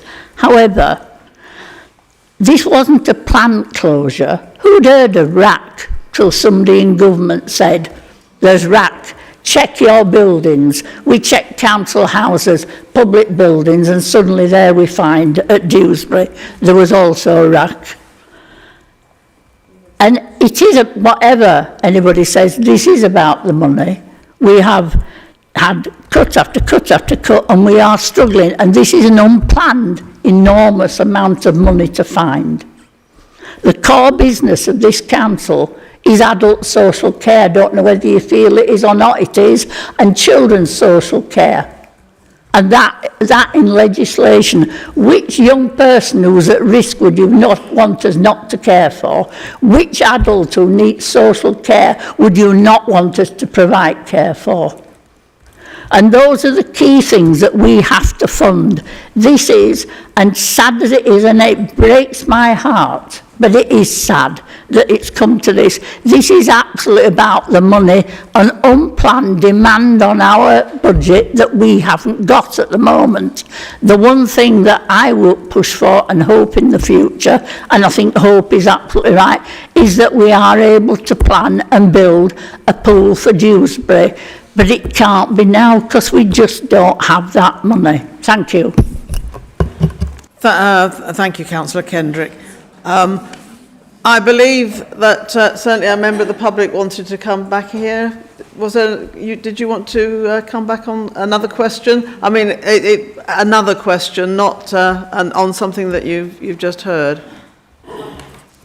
It might seem a naive question as a member of the public who has previously been a carer, who has health issues, but I don't count as a statistic as a disabled person. But I'm really concerned about the financial expertise within Kirklees Council and CAL, because I'm not convinced that the costs of any refurbishment, repair or demolition has actually been checked. Nor do I think that the usage figures and the membership figures have been checked. So I'd like to ask, what is the role of audit within the authority? What is the role of the scrutiny committee? And who is checking the sums? Councillor. Thank you for the question. I'm sorry that you disrespect our officers, our senior officers in finance, our Section 151 officer, our chief executive, our quantity surveyors, our officers at director level, not to be capable of doing their job. We have a fantastic team of officers in the council who are at this moment in time are a bit like swans. They might look to be on the surface doing all right, but beneath they're paddling like mad to keep this local authority afloat in light of the disastrous economic circumstances we find ourselves in. And I'm trying to be very polite. I find it insulting them, their capabilities, their work ethic at this moment in time is unhelpful disrespectful, and I'm going to leave it at that. Thank you, Councillor Turner. And just for completeness, I will...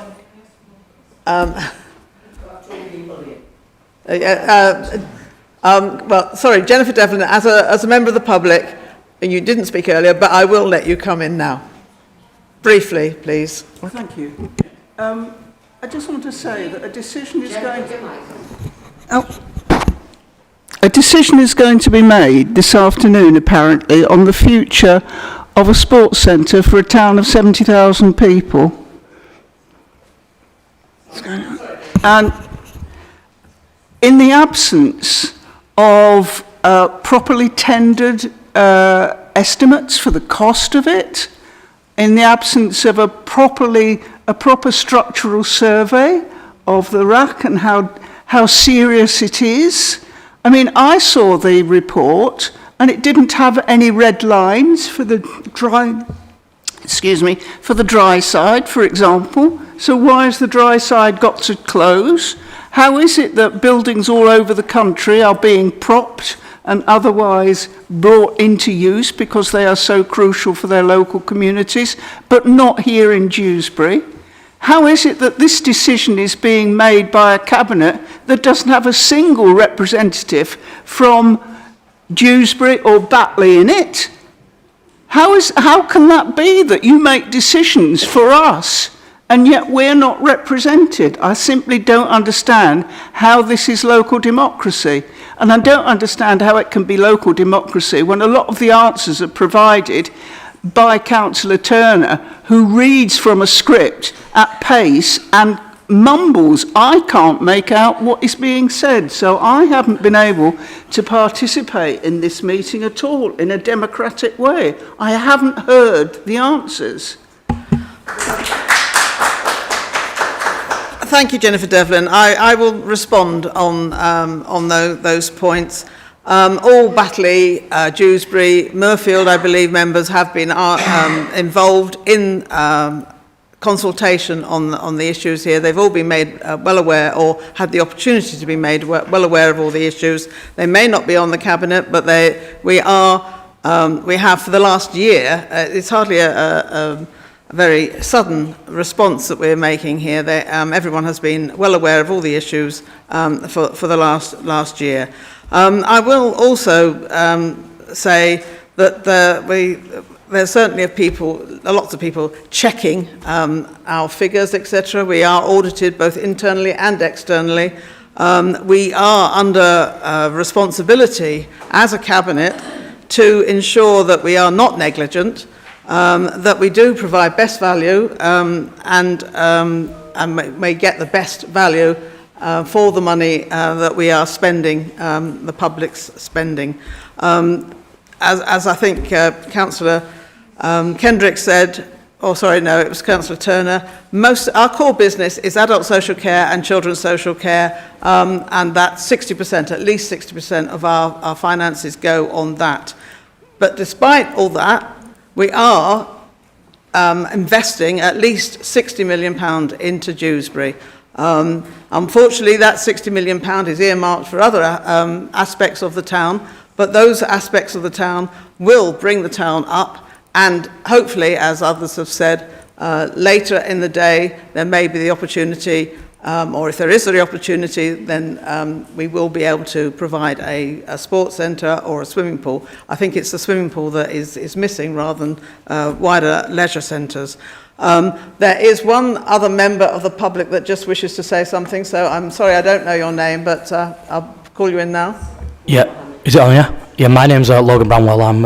I'm a younger member of the community. I would just like to know, firstly from Councillor Addy as well and Councillor Turner, how are they going to look their constituents in the face come 2026 in the all elections when they're telling us people here that that centre did nothing for the people of Dewsbury. I was a young member of the community when I started there doing karate. That's what got me to boxing. I still do it today. I just want to ask, how are you going to look your constituents in the face in 2026 when you backstab the people of Dewsbury today and you've lied to the people, you've clearly made your decision on what you want to do today, you want to go with option 4, it's very clear, you do not want to listen to people people here.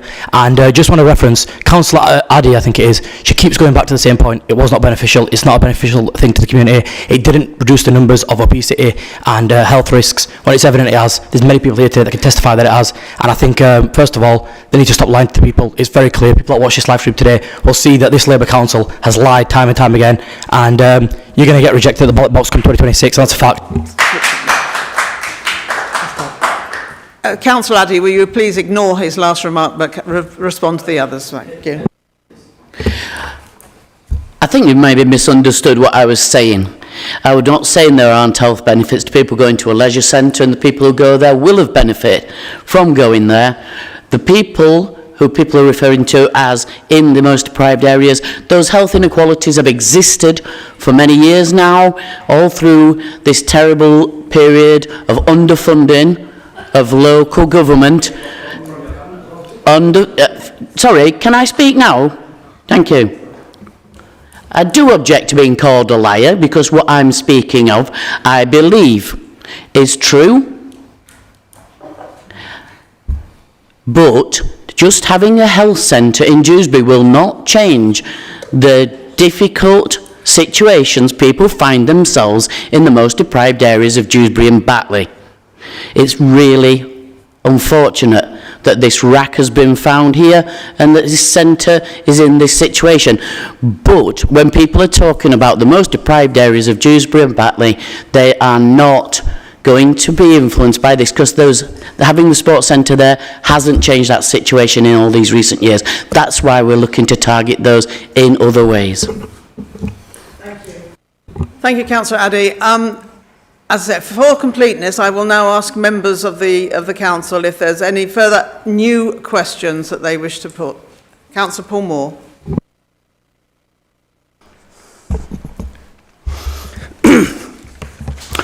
With increases in building costs that Councillor Turner talked about, I was informed the new Dewsbury Market project was scaled down rather than investing more money, and there had to be a redesign, and a smaller option came forward, and they had to work within the original allocated budget. Why can the same principle not be applied to the George Hotel in Huddersfield instead of allocating an extra 9.8 million, which money could be used to save Dewsbury Sports Centre? And where are the Dewsbury Labour councillors today? Where are they? Yeah, and this... Well, no integrity. Councillor Turner, would you like to respond? Oh dear. Councillor Moore is absolutely right. The rising costs of cost of construction meant that the really ambitious target of Dewsbury Blueprint had to be scaled back, as many other projects, not only in Kirklees, across the whole of West Yorkshire, across the whole of the country. There isn't the money within the country, and so the country has to live within its means. So many projects have been scaled back, many projects have been cancelled. We haven't cancelled this. It's a smaller scheme, absolutely. It's a smaller scheme, but it's still within that budget. And I've tried to explain this several times, when clearly I would have been no use as a teacher. The George Hotel washes its face and pays back the capital revenue with the interest over a period of 30 years. Whatever we invest in Dewsbury will not generate direct income for the council, but will be cost of capital costs. It will, hopefully, should do, increase the economic activity within Dewsbury Town Centre, excuse me, which will enable people to get better well-paid jobs within the town centre and create more jobs that way. We will obviously, hopefully, gain a little bit through business rates as business move in to take advantage of the investment. But the difference is, this is a capital investment in Dewsbury that gets no direct payment back to the council. It's an investment that George pays for itself over a period of 30 years. Thank you. I have just got one last person. It's Councillor Sheard, who is on Teams. Oh, sorry, and Councillor Scott, but we'll go to Councillor Sheard first. And sorry, Councillor Bramwell, you're putting your hand up as well. Okay, thank you. Thank you. I think it was mentioned a couple of months ago, this, but I'll ask it again anyway. Dewsbury Sports Centre, brought a lot of footfall into Dewsbury Town Centre for local shops. The Dewsbury blueprint has a condition which says that part of the blueprint is going to build a leisure town. So again, I think it was asked quite a few months ago, but I'll ask it again for another answer. Why can't money for the Dewsbury blueprint, if it's meant to create a leisure town, be allocated to Dewsbury Sports Centre to either build a new one or reopen and make necessary repairs of the current one? Councillor Turner? The money allocated is for the Dewsbury blueprint. That's been allocated for a number of years now. When we launched that is to regenerate the town centre. That money, if it's directed, will mean we won't be able to invest in the town centre. We all know, those of us who go to Dewsbury on a regular basis, like I do, this is a town that needs some help. It needs some investment. It needs someone to invest in it and help drive that local economy, bring people back into the town centre. That wouldn't happen if you put that money into the sports centre. The vast majority of that money would go into the sports centre, and the town centre would continue. It's probably terminal decline. It's vital we encourage people to live, work and play in Dewsbury, and that's why we're investing in that town centre. It's ideally placed with a massive investment in the college that's been made. The police are moving in there. It's on the Trans-Pennine Express route. We've got to see money going in through public sector, private sector to increase town centre living. We need to reinvent and reinvest in Dewsbury to create a town centre fit for the future. Thank you, Councillor Turner. Councillor Cathy Scott. Thank you, Chair. Just a quick comment. I just want to address, I do expect an apology from one of the councillors in this chamber today to say that because we were former Labour councillors, we lacked integrity. No, I left because of the bullying, the thuggery, and being absolutely, there was thugs, so she shouldn't make them comments, because I did make the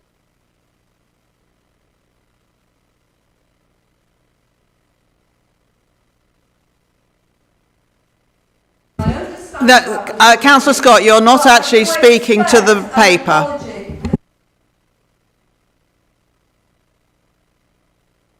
Well, I don't want one from you, Viv, because if that's how you conduct yourself in public, shame on you. Shame on you. I'm actually going to conduct meetings because I've listened to things and questioning people's integrity because they left the Labour Party. I'll tell you why I'm sorry, that wasn't. No, this is nothing. This isn't to be debated now. And the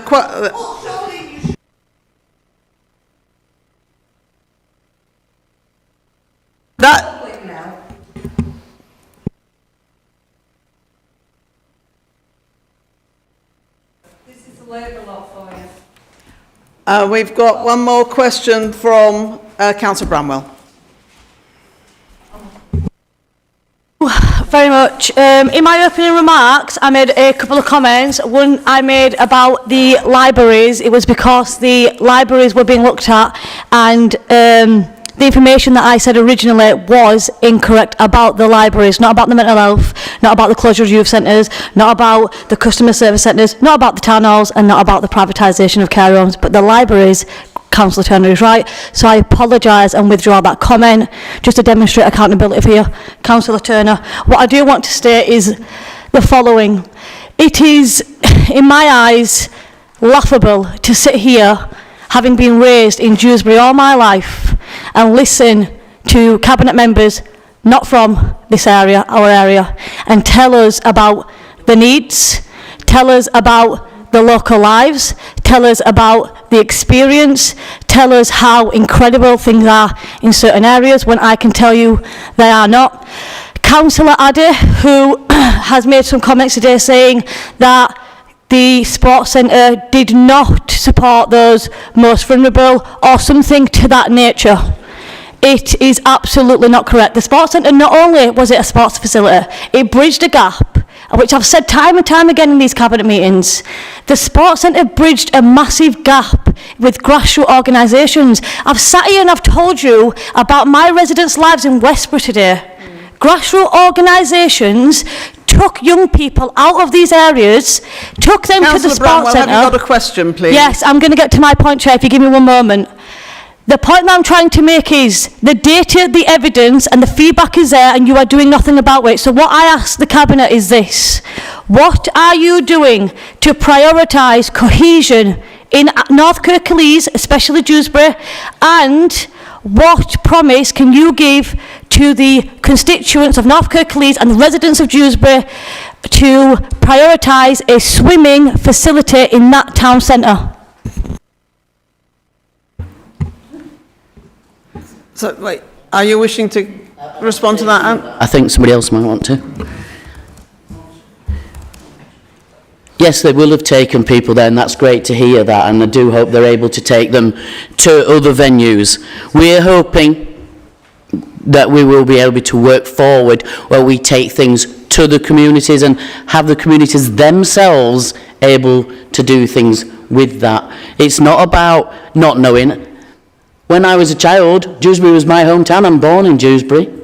And yes, it has changed a lot. And the fact that we're working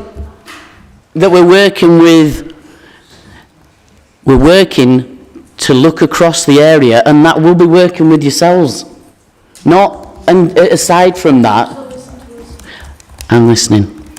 But the things I've spoken about today were not what you were talking about. What I'm talking about is something else that's coming. But we've always said this is a terrible, sad decision to have to make on the back of the RAC and the financial implications that that has had. I don't know if Amanda wants to talk about cohesion or whatever, but all the work that we do with communities will help with cohesion in the areas you're talking about. Councillor Turner. I just want to say one thing. Thank you for your apology, Tanisha. It's nice to see that somebody in this room this afternoon has some credibility and honesty. Thank you very much. Did you want to say anything, Councillor Pinnett? No. Thank you. Right, I think we have reached the end of the questions or comments, and I will now ask Councillor Turner, are you moving this recommendation? Or will you move the recommendation? As I said, what seems like many hours ago now, with a heavy heart, I would ask Cabinet to approve option 4 and also keep an option open that in future years, should the economy improve and our finances become more stable, that we could look at providing something. But as I said, one that will likely to be is anybody's guess at the moment. But yes, I will move this motion. Thank you. And is that seconded? Second that. Thank you, Councillor Addy. Can I see those in favour, please?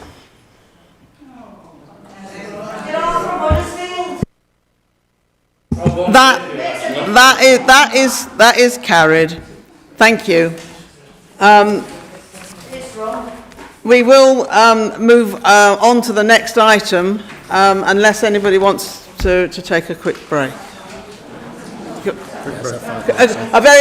A very quick break, no more than 5 minutes, as we've already had a long meeting. Thank you.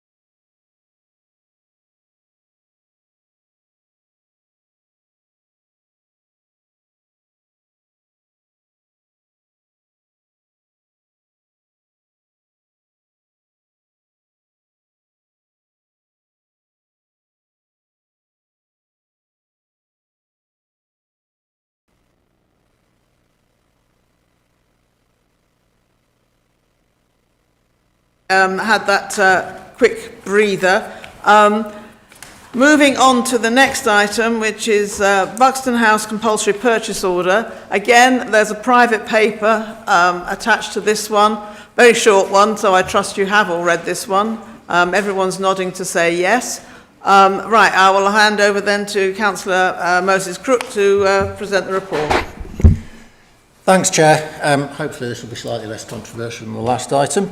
So, in July 2021, Cabinet approved plans to substantially remodel Buxton House in order to improve the quality of accommodation and allow compliance with current fire safety regulations. And I will just quickly reassure committee that in the interim period, robust mitigations have been in place to ensure tenant safety at all times. The proposal here is to authorise the making of a compulsory purchase order for the acquisition of interests in property that need to be within the Council's control to enable the remodelling of Buxton House to progress. The remodelling proposed is comprehensive and involves stripping the building back to its structural frame and then fundamentally remodelling the internal layout, including a change to the overall number and size of units as well as to communal spaces. This complete remodelling does require acquisition and control of all impacted property, which to date has successfully included all bar one remaining leasehold flat. Every possible effort has been made and efforts are ongoing to acquire the necessary property rights here, but the project is time sensitive and must now progress in order to be delivered within budget. The project is representative of our positive wider investment in the quality of our housing and reflects our commitment to upgrading all of our housing stock so that our council tenants can enjoy safe, warm and efficient, decent and appropriate housing.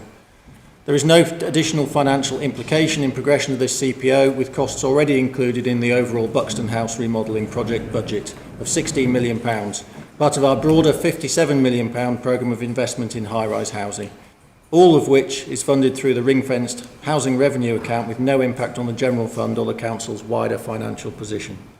There is a compelling case for this compulsory purchase order in the public interest to allow Buxton House remodelling to proceed, and I propose that Cabinet approve the authorisation to progress this CPO in line with option 1 in the papers attached.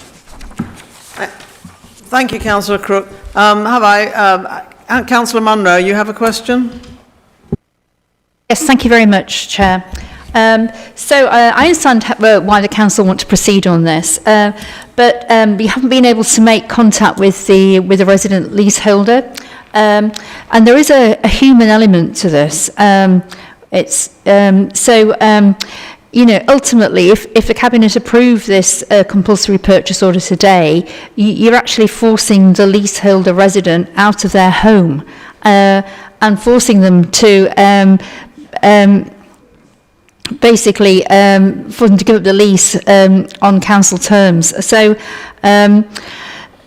It may impact their physical or mental health. So just please can you tell me what you plan to do to continue to make contact with the resident and engage with them, please? Thanks. Thank you for your question. We have tried extensive routes to get in touch with the leaseholder. The leaseholder is not living in the flat and we believe is living abroad. So we're not removing someone from their flat. Right. We're continuing with a legal process for a compulsory purchase order. The bar for meeting that, the bar that you have to meet to proceed with that is quite high and is in statute. It's a legal process. So we've had external legal advice all the way through, and they've come up with a comprehensive statement of reasons, which is appended to the papers here. I absolutely understand your point that if we were forcing someone out of their flat, that would have an impact on them. That's not the case here. We just have an empty leasehold property. We have no way of contacting the owner, and we need to acquire the ownership of that so that we can ensure better quality housing for all of our tenants in Buxton House. So, thanks. All right, thank you. Any other comments, questions I should ask? No? Is there a seconder for this? Thank you, Councillor Turner. Can I see then, can we just move to the vote? All those in favour? Thank you. That's carried. Our last item on the agenda today is the project update and proposed way forward on the George Hotel. Councillor Turner, would you like to present the report? Oh, and I should say again, sorry, before you do that, there are some private papers again with this report. Have I got an assurance that we've all read those? Oh, yeah. Yeah, everybody has. Right, thank you very much. Councillor Turner, would you like to proceed? Chair, thank you. So this is the latest in what has been over the last few years a series of reports into the future of the George Hotel. The George is one, if not the most iconic building in Huddersfield. It's well loved by many people, but let's not forget why we are here. The George closed in 2013, and I think it's fair to say that lack of investment and ambition by the then owners meant it had fallen behind the times. So it was then purchased by a local businessman who was unable to secure the many millions it needed to bring it back to use. All this time, the council was being criticised for standing by and letting it slowly decay. As part of the regeneration of Huddersfield, we devised a blueprint for the town, and as part of the process for developing the blueprint, it became clear that we needed a quality town centre hotel, the obvious choice being the George. So we stepped in and bought the George, secured its Heritage Action Zone funding, and sought out a provider. After many discussions with many high-end hotel operators, we chose Radisson Red to operate the hotel. Following some negative comments I've seen on several social media sites, can I once and for all put to bed the gossip and rumours that Radisson Red are pulled out of the deal to operate the hotel once it's finished? Nothing can be further from the truth. They are still committed to the deal we have with them, and we are in regular contact with them. They fully understand the complexities of the challenges the historic listed buildings provide, as they already operate from such buildings, and I've been to witness them myself. Once finished, the hotel will play a vital part in the regeneration of Huddersfield, and will be an asset to the town and will remain in the ownership of the council and its residents. It will be something we can be proud of and will generate jobs and help support the town centre economy. Today's report is brought here today to bring Cabinet and the public up to date with the progress of the project. It seeks Cabinet approval to increase the build cost by £9.8 million. This extra funding is required as costs have risen, and the latest design allows a significant increase of the number of rooms to somewhere in the region of 108. Also, there have been unforeseen issues that need addressing, which is only to be expected with a building of this age, when you start to uncover past works and decay caused by years of neglect. With an increase in rooms and spreading across the project over 30 years, the hotel will pay back the investment and the interest accrued. We will pursue external funding and grants where they are available to try and reduce costs and the impact on the capital budget. Having explored other options, the only case that stacks up is to continue to develop as a hotel. There are many times when the public sector is the only route in delivering such projects, and the George is one of these. So I ask Cabinet to note the contents of today's report and approve the way forward as outlined in today's report and private appendices. Thank you. Thank you, Councillor Turner. I have got 4 members who have indicated they wish to speak. First off is, I don't know if it is Councillor Sheard on Teams. Is he still with us, is he? Still, yeah. Thank you, Councillor Sheard. Thank you. I do really want to express deep concerns about the council's financial priorities and the proposed £9.8 million of investment into the George Hotel in Huddersfield to bring its total budget to £30 million. Now, while I fully acknowledge the value of developing Huddersfield and supporting economic regeneration, I must ask, at what cost are we prioritising one project over the needs of other communities? In particular, I want to address the proposed closure and the lack of investment in the Nab Lane tip in Birstall, a vital service used by countless households in North Kirklees. We were told that it had cost £7 million to upgrade and keep this essential facility open, £7 million that is currently unavailable apparently. How is it that we can justify borrowing substantial sums for a hotel, a project that may or may not deliver long-term benefits, while simultaneously dismissing the very basic needs of our residents in North Kirklees? Birstall Households Waste Centre is not a luxury like a hotel. It is a necessary service for our communities. The residents of Birstall, and indeed many people from across North Kirklees, rely on it to dispose of their waste safely and responsibly. It is a vital part of our infrastructure that keeps our communities clean, safe and environmentally responsible. Closing it will mean added pressure to other tips and putting undue burden on our residents. And this is something that we simply cannot ignore. £30 million for a hotel in Huddersfield raises serious questions about our priorities. We are at a critical point now where local services and infrastructures are in jeopardy. And yet the council is preparing to borrow millions for a project that benefits only a small portion of the population while ignoring the needs of the many. Huddersfield is an important part of Kirklees Borough, and it does deserve investment. And let me be clear that this isn't a case of Huddersfield versus Birstall or North Kirklees. It's about fairness. This is about ensuring that our communities in Kirklees receive the support and investment from this council that they deserve. And we can't allow priorities of the few to outweigh the needs of many other communities across Kirklees. We are told that investment in the George Hotel will rejuvenate Huddersfield and attract visitors. But who's it actually targeting and who's it for? Is it really going to benefit local families? Or is it an investment in something that may not even be sustainable in the long run? If shoppers are already bypassing Huddersfield in favour of Leeds or Manchester, are we sure that another hotel is going to be the right solution in Huddersfield? We need a council that listens, that values all of our communities equally. This is not an us versus them situation. We can't be a council that borrows millions for a hotel while failing to invest in services, vital public services, that people in Birstall, Dewsbury, Batley and elsewhere rely on.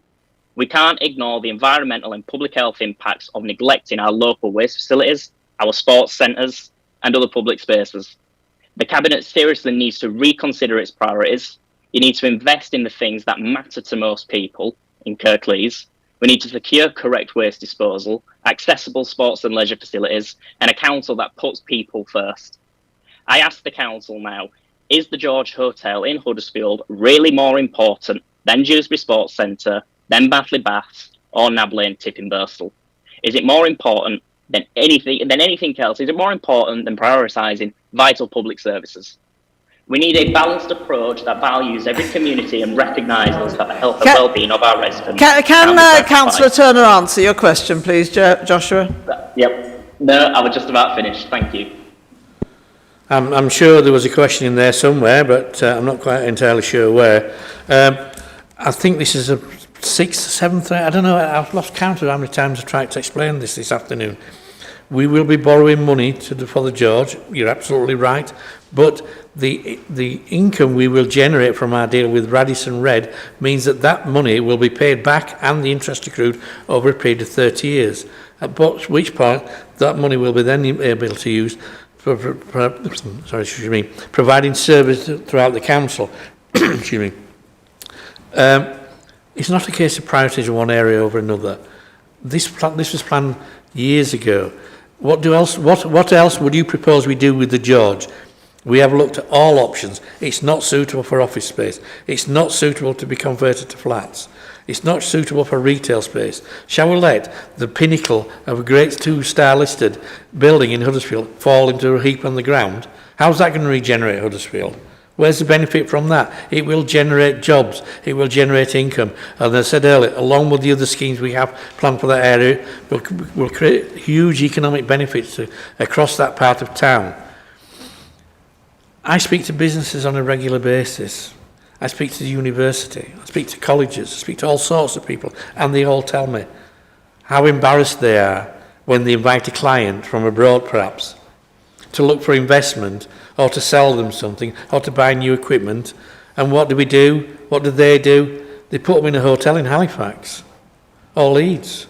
I was at an event only 2 weeks ago when he was probably the richest man I've ever been in the same room with, told me he can't stay in Huddersfield when he comes from America to look after his business interests. He has to go to Leeds. The demand is absolutely there for this hotel. It will be a fantastic asset. It will be something that we can, as I said earlier, we can all be rightly proud of. And it's not a case of us or them. This is where the Huddersfield George Hotel is. And that's why we will be investing in it, because as I say, it will not be a drain of the public purse. It will generate income for this town and put us back on the map. People will travel from other parts of the country to stay in the George. That's its history. That's its legacy. It will be a real benefit to us. So that's the reason we are investing in the George, and we can't afford to invest in other areas because they are a drain on the capital programme and an ongoing revenue cost which we cannot meet at this moment in time due to the finances of the council. Thank you, Councillor Turner. Did you want to come in? No? Thank you. Next question is from Alison Munro. So, the George Hotel, Grade 2 listed, is a significant building in its own right, being built as a railway hotel at the side of our world-class railway station. And it's a great showcase for Huddersfield and gives us pride in our town. I understand a good quality hotel is needed in Huddersfield, but this further funding request seeks approval and will take 30 years to pay back. It's therefore really vital that the Cabinet makes the right decisions for the right reasons and that any risks to the Council are fully and thoroughly investigated. So my question really relates to sustainability. How can we be assured that this will be a sustainable business? That's my first question. Thank you. Thank you. Councillor Turner. Sorry. Come on, Moses. When we did the original business case for this, which goes back a little while now, it went to approximately about 1,000 pages. We have done huge amounts of research. We now know more about hotels than we probably ought to, not only myself but officers. This will be a success, I can assure you of that. Huddersfield is crying out for a quality hotel in the town centre. People like Radisson Red, who are international players. This is not some small company. These are international players with several brands to their portfolio. They wouldn't be investing with us and operating a hotel in Huddersfield if they didn't know they were going to make some money out of it, if they didn't know they were going to fill it. They're not fools. You don't get to be the size of this company without knowing your market. And I've met many people from Radisson Red, and they are very switched on. They know the market. They know how to operate hotels. And it will be a fantastic success for Huddersfield. And that's why we need to invest in it. And yes, there is a market out there, and the business case is strong. And I actually think we've probably been a little bit conservative in our figures. I think it'll generate slightly more income than we've been anticipating. So yes, we will continue to invest in this. Yes, it's a lot of money, but it will be paid back from the return on our investment. Thank you, Councillor Turner. Councillor Andrew Cooper. Sorry, I'll go to Andrew and then I'll come back to you, Alison. Okay, yeah, hard to listen to Conservatives telling us to get our priorities right, isn't it? But there we go. And no, I don't believe we can actually say stop work to people right at this particular stage. Imagine what it would be like if people stopped work because a particular councillor said that was the right thing to do. That's not getting your priorities right. Anyway, my question. We've got national insurance employers' contributions going up, and so we have an issue there where we could very well have inflationary pressures on the council. If that's the case, is it likely that on the builders, is it likely that at some point in the future you might come back again asking for some more money because the government has increased national employers' contributions or any other factor? And the other one I'll just slip in is I realise that a rugby league museum, the chances of that happening have gone. But it would be great to see something come back. You've had 3 references to the fact that it's the birthplace of rugby league in the report. What would be good is if we could get something back to say how the birthplace of rugby league will be recognised within the building. I realise it's not going to be a museum, but it would be good to have something specifically on that. Councillor Turner. Thank you, Councillor Cooper, and I think there's a bit of support for continuing the project, so thank you very much for that. One of the reasons that Radisson Red is really interesting as opposed to something like a Radisson Blue, and some of the people have heard this too many times, if you're in a Radisson Blue, the room you're in is exactly the same wherever you're in the world, and until you open your curtains, you don't know whether you're in Dubai or Manchester. They're a standard. Radisson Red is different. Radisson Red is a boutique type design where we will be able to tell our story. I've been to two now. I've been to Liverpool and I've been to Glasgow. And when you walk in the one in Liverpool, you know you are in Liverpool. There's a little, not yellow, but a little red submarine. There's pictures of the Beatles all over. There's the Aliva birds. You know you're in Liverpool. Be under no illusion. You're to Glasgow. You're under absolutely no illusions. You are in Glasgow or in that hotel. So we will be able to tell the story of Huddersfield. And of course we'll reference rugby league. Absolutely, of course we will. We'll reference the football club, reference rugby league, reference all our great past figures from Kirklees and the Huddersfield area in there. That's what we can do. We can personalise it. This gives us a fantastic opportunity to create something really interesting. And we're not quite there yet because we haven't started building. But part of our thought process is as we get nearer, then we will be in a position to engage the public and bring them along with us, ask them what they want inside it. Because the public got a view on this as well. So what do they want inside? So yes, we will be referencing rugby league, absolutely, of course we will. And lots of other things that's great about Huddersfield. All the great things about Huddersfield will be in there. Quite where we're going to put them yet, we haven't quite decided because we haven't got the building. But absolutely, there will be under no doubt it's the birthplace of rugby league. Thank you, Councillor Turner. I believe Alison Munro, you had another question? I preempted my first question by saying that I was I'm here today representing the Lindley Ward councillors who weren't briefed, but as well as myself. And my supplementary question is, you referred to a business case a long time ago. So do you now have a revised business case? Thank you. Councillor Turner. The original business case is the case we're working with at the moment. Obviously, what we've now got is a revised costings, but the business case is a signed business deal with Radisson Red.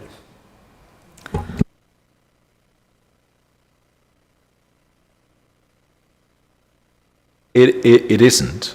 It's the same question I asked before, really, which was about additional costs and about whether how confident we are that we're not going to be coming back again with additional costs because of things like the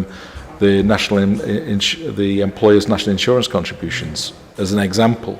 I'm sure there may be other things, but is this the last time you'll be coming back to us asking for more, Councillor Turner?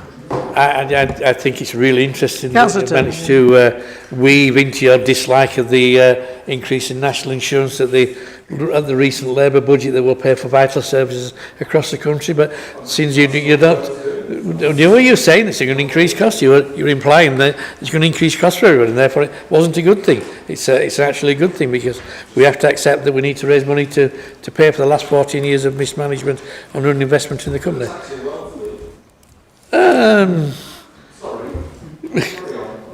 Send us your tax number, I'll get them to do it for you.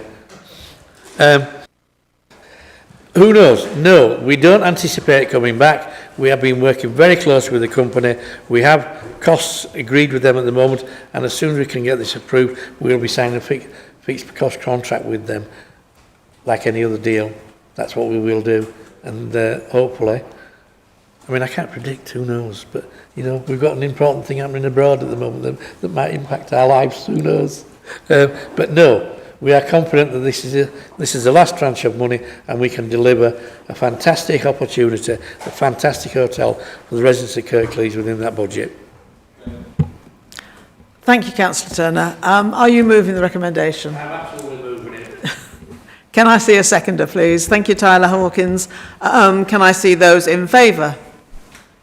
Okay, thank you very much. That is carried, and that is the end of the meeting. Thank you all for your patience and your good manners. Thank you.